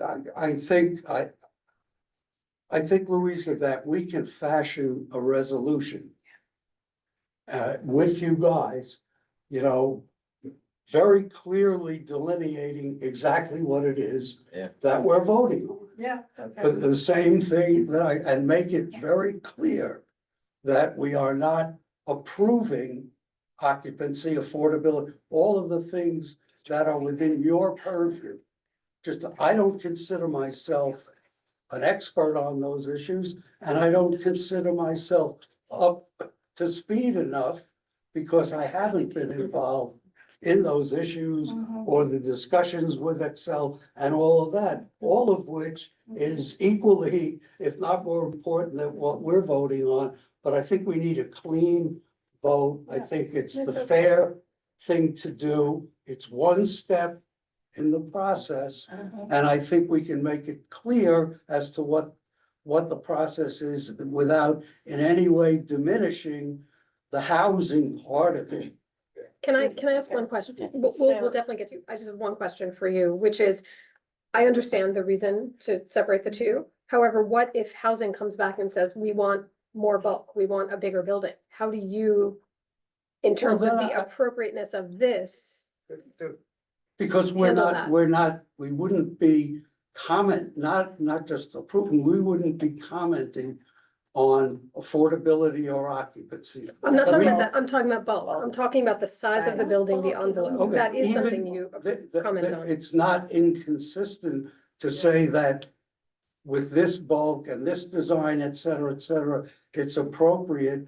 And for you to say that's great, but we think it should be 10 more stories with affordable housing. They're not inconsistent. Okay. We're- Alex, go ahead. May I suggest one thing before we consider more of I think if you show your resolution on the screen, Seema. Yeah. It may go to addressing both Exactly. of your Yeah. concerns. It's pretty close to what you're Read the saying. resolution that I we think if you have put the so screen far on, and see then how we you can feel. discuss Jay's points, but potentially Seema we could satisfy. Yeah, I was gonna basically the same thing. I think what we have in the resolution is pretty close to what you're saying. Maybe we can strengthen the language, but basically how it reads is, we approve this building. We find it to be appropriate, and we approve the demolition of the building of this new structure, but we'd also like it to be taller. As a separate, but that's how it reads right now. May I read it aloud? I mean, yeah, the therefore is the most important part. We recommend approval of the application as appropriate to the historic district, but strongly recommend that the applicant return to the committee and commission with a larger building that would use more of the lot's eligible floor area to provide additional affordable housing on the Upper West Side, and particularly in the Upper West Side Central Park West Historic District. So I think. And wasn't this proposed by the chair of, one of the chairs of preservation? And with Seema. Yeah. Yes. Right, so Jay, I think With that a few answers, edits from us. it opines on the LPC question, right? It says we recommend approval, so I think that's satisfactory. I don't disagree. Okay, great. Claire. It's Well, I- simple enough and direct enough, I think. It's- I largely agree with what Jay had said. This is the second time, that I've come to a committee meeting and found that one person, or two as it turns out, I guess, have written a resolution, in advance of presentation, discussion, That sounds good. public participation. As it turns out, I think, and in the last time I argued against it and got the opposite result. But this time, I guess Adam and Seema have. Well, to be clear, we are trying to comply with open meetings law, which requires us to post a draft. Question about that I can say for. More than another time, happy to maybe for discuss Alex, that. but- That's But not an argument. It And this was requires us, posted on the website. it requires us to be Yeah. posting Right. resolutions in draft Alex, form that's 3 the one days I'm talking before the about. meeting. Don't understand it for committees, but anyway, we've got it before us. I think it's basically meeting Jay's concern and the concern most of us have, but I think it ought to say a little more specifically that we approve the design in some fashion, the design components, maybe even applaud the many classical design components of this proposed building that are intended to blend in with the varying classical architecture along the block. Even so, we would like to see, at least have either like to see, or at least have the applicant consider extending the design components, which we approve of, to a taller building. And one premise for that could be that, as the excellent presentation has shown us, buildings on both sides of this block are of varying heights, there are varying design components. And I think you could as well be comfortable with an 11-story building on this site as you could with an 8-story building. It doesn't have to be the same height as the next. Right. But I think we still have very favorable things to say about the architecture, and that shouldn't get lost in a request to, hey, wait a minute, why don't you start over with some more stories? I don't think the resolution means to say that, but I think we can be more explicit in our opinion that then meets our obligation about the demolition, approving the design, approving in concept the design, but still wanting at least consideration of a taller building with the same kind of elegant components that would accommodate more affordable housing. My understanding from the materials we received and from what I've heard and been on both committees, by the way, is that XDEL's plan is that the entirety of this building would be affordable housing. It's not Well, part we'll of have to see. it's the whole building. Now, whether it's all studio units or units of different sizes, I don't think that's what we should be talking about tonight. I agree with XDEL. That's a different discussion. We're Yes. talking about the building. While Clary was talking and I was listening, Clary. But I also quickly read, not just the wherefore clause, Yeah. but the items that were for consideration, and I agree with you, what we need, having read them, I was about to say, we need to flesh out the preservation Yes. part of the resolution. Yes. To Absolutely. make it clear what our standards are, what Clary said, and Agreed. if we do that, Okay. I think we can fashion a resolution that satisfies everybody's concerns, but is a reasonable resolution of the appropriateness application. And we can move it forward from there. Sarah Lee, then Sharon said that, and I think everybody agrees that we heard at various times that this building would be entirely affordable. Yeah, I think that's what we received. Assuming that's correct. But is it the only building and the only area in the XTEL development that will be affordable? Because if it's limited to this building, it is very important that we know how many people this will accommodate. And I disagree that we have to separate it because it is very, very intertwined. I don't care how beautiful the preservation of the building is. I'm more concerned about who does it house, how many people does it house? And is this the limit to the low income house or affordable housing in this project? my understanding is there's another building also that's part of the affordable offer. We did discuss it. What? I didn't hear. There was one other building proposed. The Stagel building next to it? No, on 66th Street, there was a. We don't really want to. No, they're not gonna discuss it here, but I think Hold on, Shelley, and then. since it's a appropriateness, issue from landmarks, that we have a responsibility to put all the details as was expressed, and I think most people around came up with aspects that they really liked and appreciated in the architecture plan. And so there's nothing wrong with that. That's good. Yeah. But there must be the insistence, I think, a little stronger that we feel that our approval is contingent upon maximizing the affordability, the amount, the square footage that will be used for affordable housing. Because we can't separate that, but we do have to acknowledge all of the good aspects of what's planned and the appropriateness. Okay. Hold on, to be honest. Yeah, so I mean, I'm all for height and stuff like that and affordable, but I'm looking at the fourth bullet point here. The Landmark Preservation Commission cannot regulate or limit the height and bulk of buildings, regulate and determine the area of yards, course, and open spaces, or regulate density of population. So to Jay's point earlier, maybe this is a question for the Landmark co-chairs. On what grounds is the Landmark Commission going to accept or deny this application?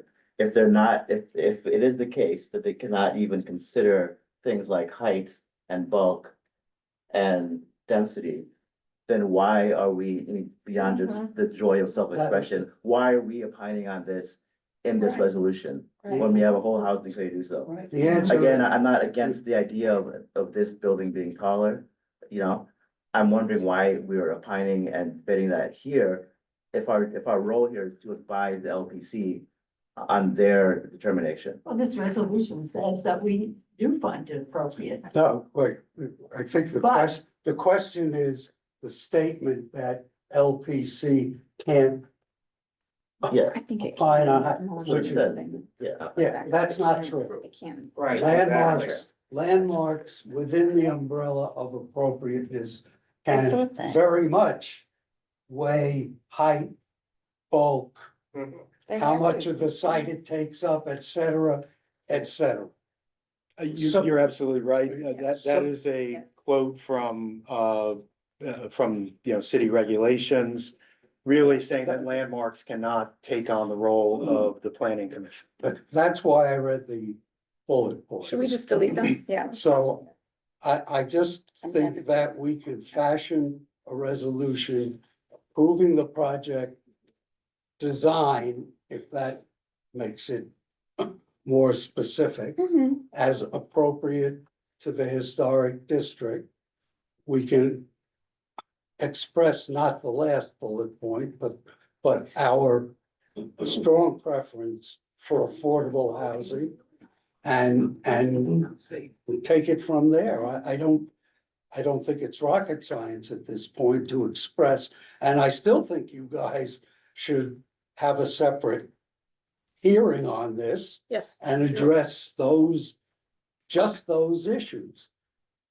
And if you want, we could say that. I mean, I don't want to speak for, But you can for come and join Max. us. Well, I might, but, and, you know, we can say that. You know, we can make it clear what we're voting on, what we're not voting on. Don't we have a plan now? Hold on, wait, No. wait, Louisa, Consensus? Clary, and then we We have a have a consensus. hand up in the Zoom. And Louisa. I was just gonna say to you, Huda, you know, I appreciate how open you've been and that everybody came and we're discussing this. But we're also kind of going with one hand behind our back when you keep saying we can't discuss this, we can't discuss this. You know, the whole idea of the previous things that came before preservation, and they weren't fully prepared, they didn't have the mock-ups, whatever. We can't make decisions unless we have all the information, so I'm sure you understand. But if I may. Clary, But Clary's next. why don't you just add tonight to that statement that we can't discuss it? Because you can discuss it. Right, but And you you- just said we cannot. Well, he didn't- couldn't you, give us you all the can have a information. meeting on it. There's nothing that prevents you from having a meeting It's all we've on talked the about all month. occupancy and affordability. Clary. We are. I think we can do something tonight. And maybe we'll do it as sort of a proposed resolution or proposed set of amendments. I think we should take out that fourth bullet point. It is Yeah, true. we the have to, landmark- it's just Oh, an yeah, act. We did already. We don't need it. I think we can strongly recommend that within the context of these design features, that we would welcome the building being taller in order to accommodate more affordable housing. But what we can't do is what I think Shelley suggested, which is make our approval contingent No, we upon it can't. being No, taller. we can't, that's right. That's not That's what we right. can do. You know, some people may not want to vote yes because they don't want to say yes without it being contingent, but that's not what we can do. I think we make a lot of progress by doing that. We've given these guys a lot to think about, and they take this wonderful set of classical features and make it a bit taller, so it'll be taller than 40, taller than 20 or whatever, is it 15, whatever, 10, whatever the stable is, not at all taller than some of the buildings across the street, and fit in all the same ways. Now, hey, we understand that costs more, you know, it costs more to build a 15-story building than to build an 8-story building. It costs more to build a 10-story building, but a strong suggestion that meets our very strong policy and goal of maximizing affordable housing, while at the same time doing our duty to this application to preservation. So we do an application that enhances our approval of the physical features of the building and recommends that the applicant return to the committee commission and the rest of the, then would that be? I think that's basically what some of us are saying. Yeah. Yeah, I have faith that, that you guys and, you know, a few of us can sit down and make what we're talking about work. And I would add one final thing, that Clara just brought up. We cannot make this contingent on the type of occupancy That's stuff. right. We've spent years working with LPC to establish credibility of this committee and this community board. We are advisory, which translates to me, well, this is their resolution. Yeah, next. And I think we've accomplished it to a large extent, that after many years in the wilderness, they basically at least take seriously what we do. So we can't put these kinds of contingencies in, because if they see it, they'll disregard. Okay, so I heard Okay. a bunch of friendly amendments, right? Yeah, hold on one sec. We have a comment from Megan Fitzpatrick on Zoom, and then maybe the council member also wants to finish off. Sure. Megan, go ahead. Hello, can you hear me? Yes. Hi, I'm Megan Fitzpatrick, and I just want to I want to speak on behalf of Landmark West. We're a historic preservation and land use for nonprofit. We have a couple of initial thoughts about this project and the following discussion. Thank you for allowing me to speak. I know you've been talking about this for a long time, so I won't take up too much more of your time. The proposed new design for 30 West 67th Street is architecturally beautiful. There's no question about that. However, in pursuing it, we would lose one of the last remaining vestiges of the ABC campus, the only purpose-built, protected remnant of the broadcasters' 7 decades in the neighborhood, and thus a piece of our neighborhood's layered history. The existing building, although a non-contributing feature of the historic district, is not an eyesore or an afterthought. It is an integrated part of the streetscape, designed to pay homage to the many significant apartment buildings and studios which surround it. Its setbacks and scale complement the surrounding landmarks, allowing their architectural details to stand out rather than compete. Additionally, we should ask ourselves what the city truly wants to prioritize. The current structure is well suited for adaptive reuse, particularly for housing, and demolishing it would run counter to the city's own City of Yes proposals, which specifically promote the reuse of existing office buildings and the goal of a carbon neutral future. Preservation and progress do not have to be in opposition. Here they can and should work hand in hand. Thank you again. Thank you. Thank you. Could we get the applicant to say something about the reuse possibility, even if it's a no? It's a non-starter? It basically is, I mean, if you can share up the section. I've worked on conversion of a few dozen office buildings in New York City. The way that this building is laid out and designed, the building goes the full depth of the lot, right? I don't know if you remember back in the beginning when we were looking at the plan of the existing building, all of the elevators and stairs, the circulation core is at the south side of the lot. In order to be a legal residential building, you need that 30-foot rear yard setback. So we would have to chop off the rear 30 feet of the building, which is exactly where the elevator and stairs are. Construct a new elevator and stair within the existing, the new footprint of the building, which would make, I think, the top 4 stories of the building basically unusable. So you don't have as much extra floor area as you think you do. Because those floor plates get so small, by the time you get up to the top, I think you have a floor plate that's about 600 square feet before you put an elevator in. So that's one major thing. The second major thing is that the front facade has no operable windows. You would have to replace the entire front facade with a new facade that had operable windows, which would take away from whatever architectural merit this building might have.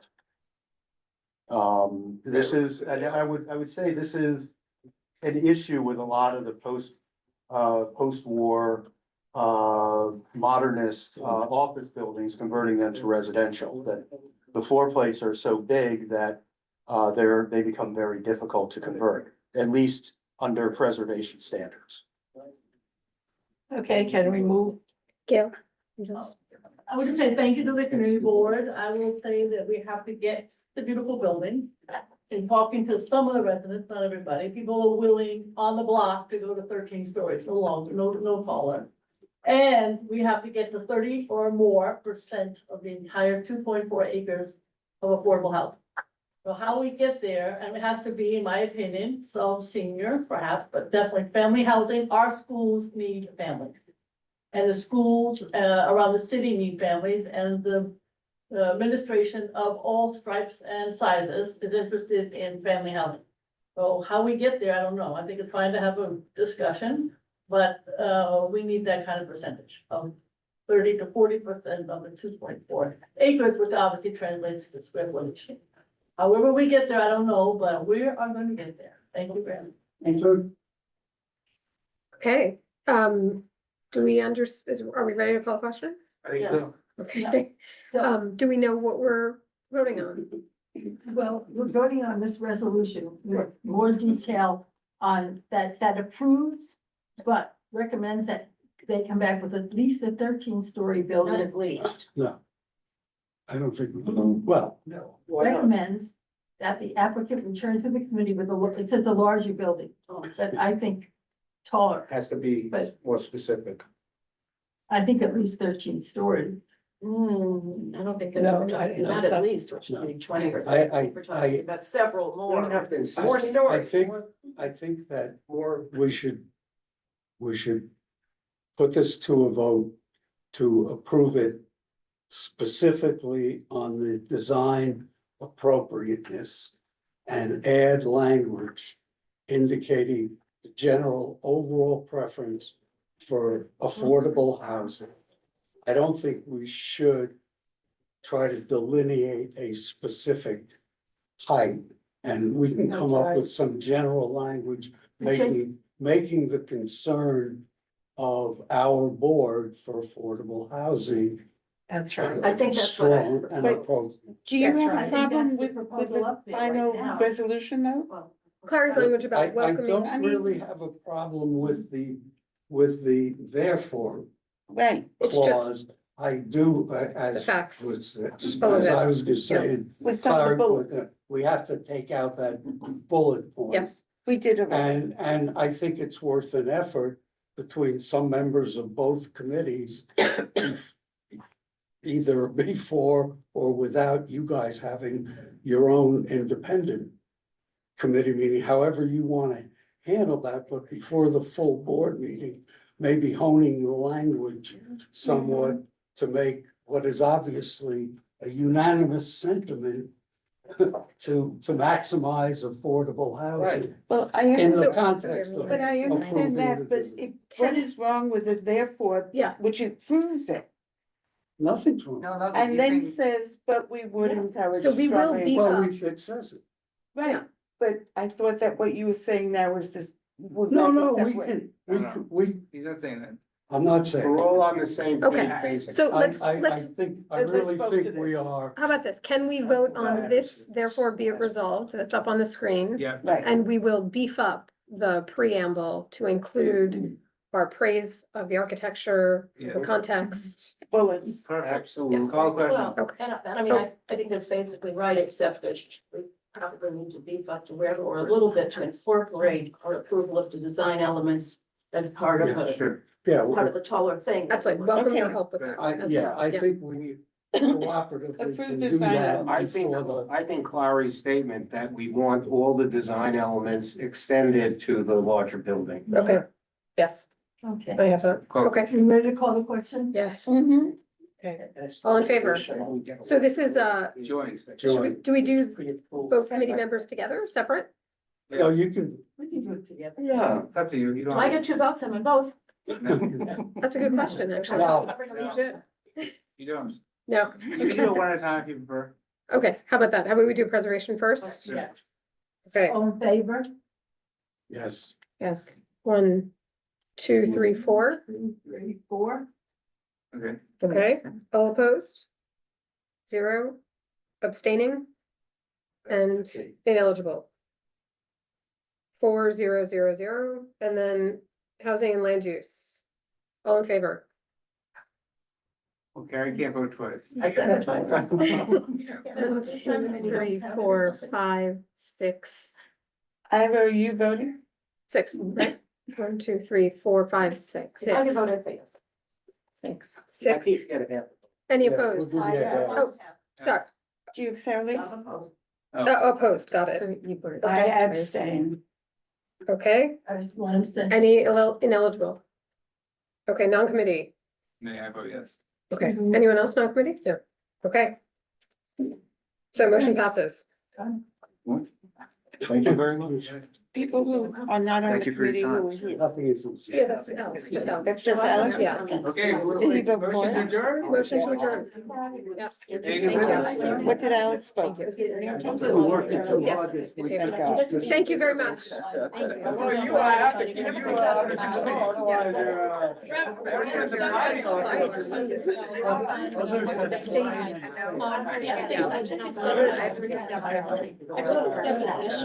I will see you at 11. I'm much later than I thought I would be. Thank you. I'm gonna end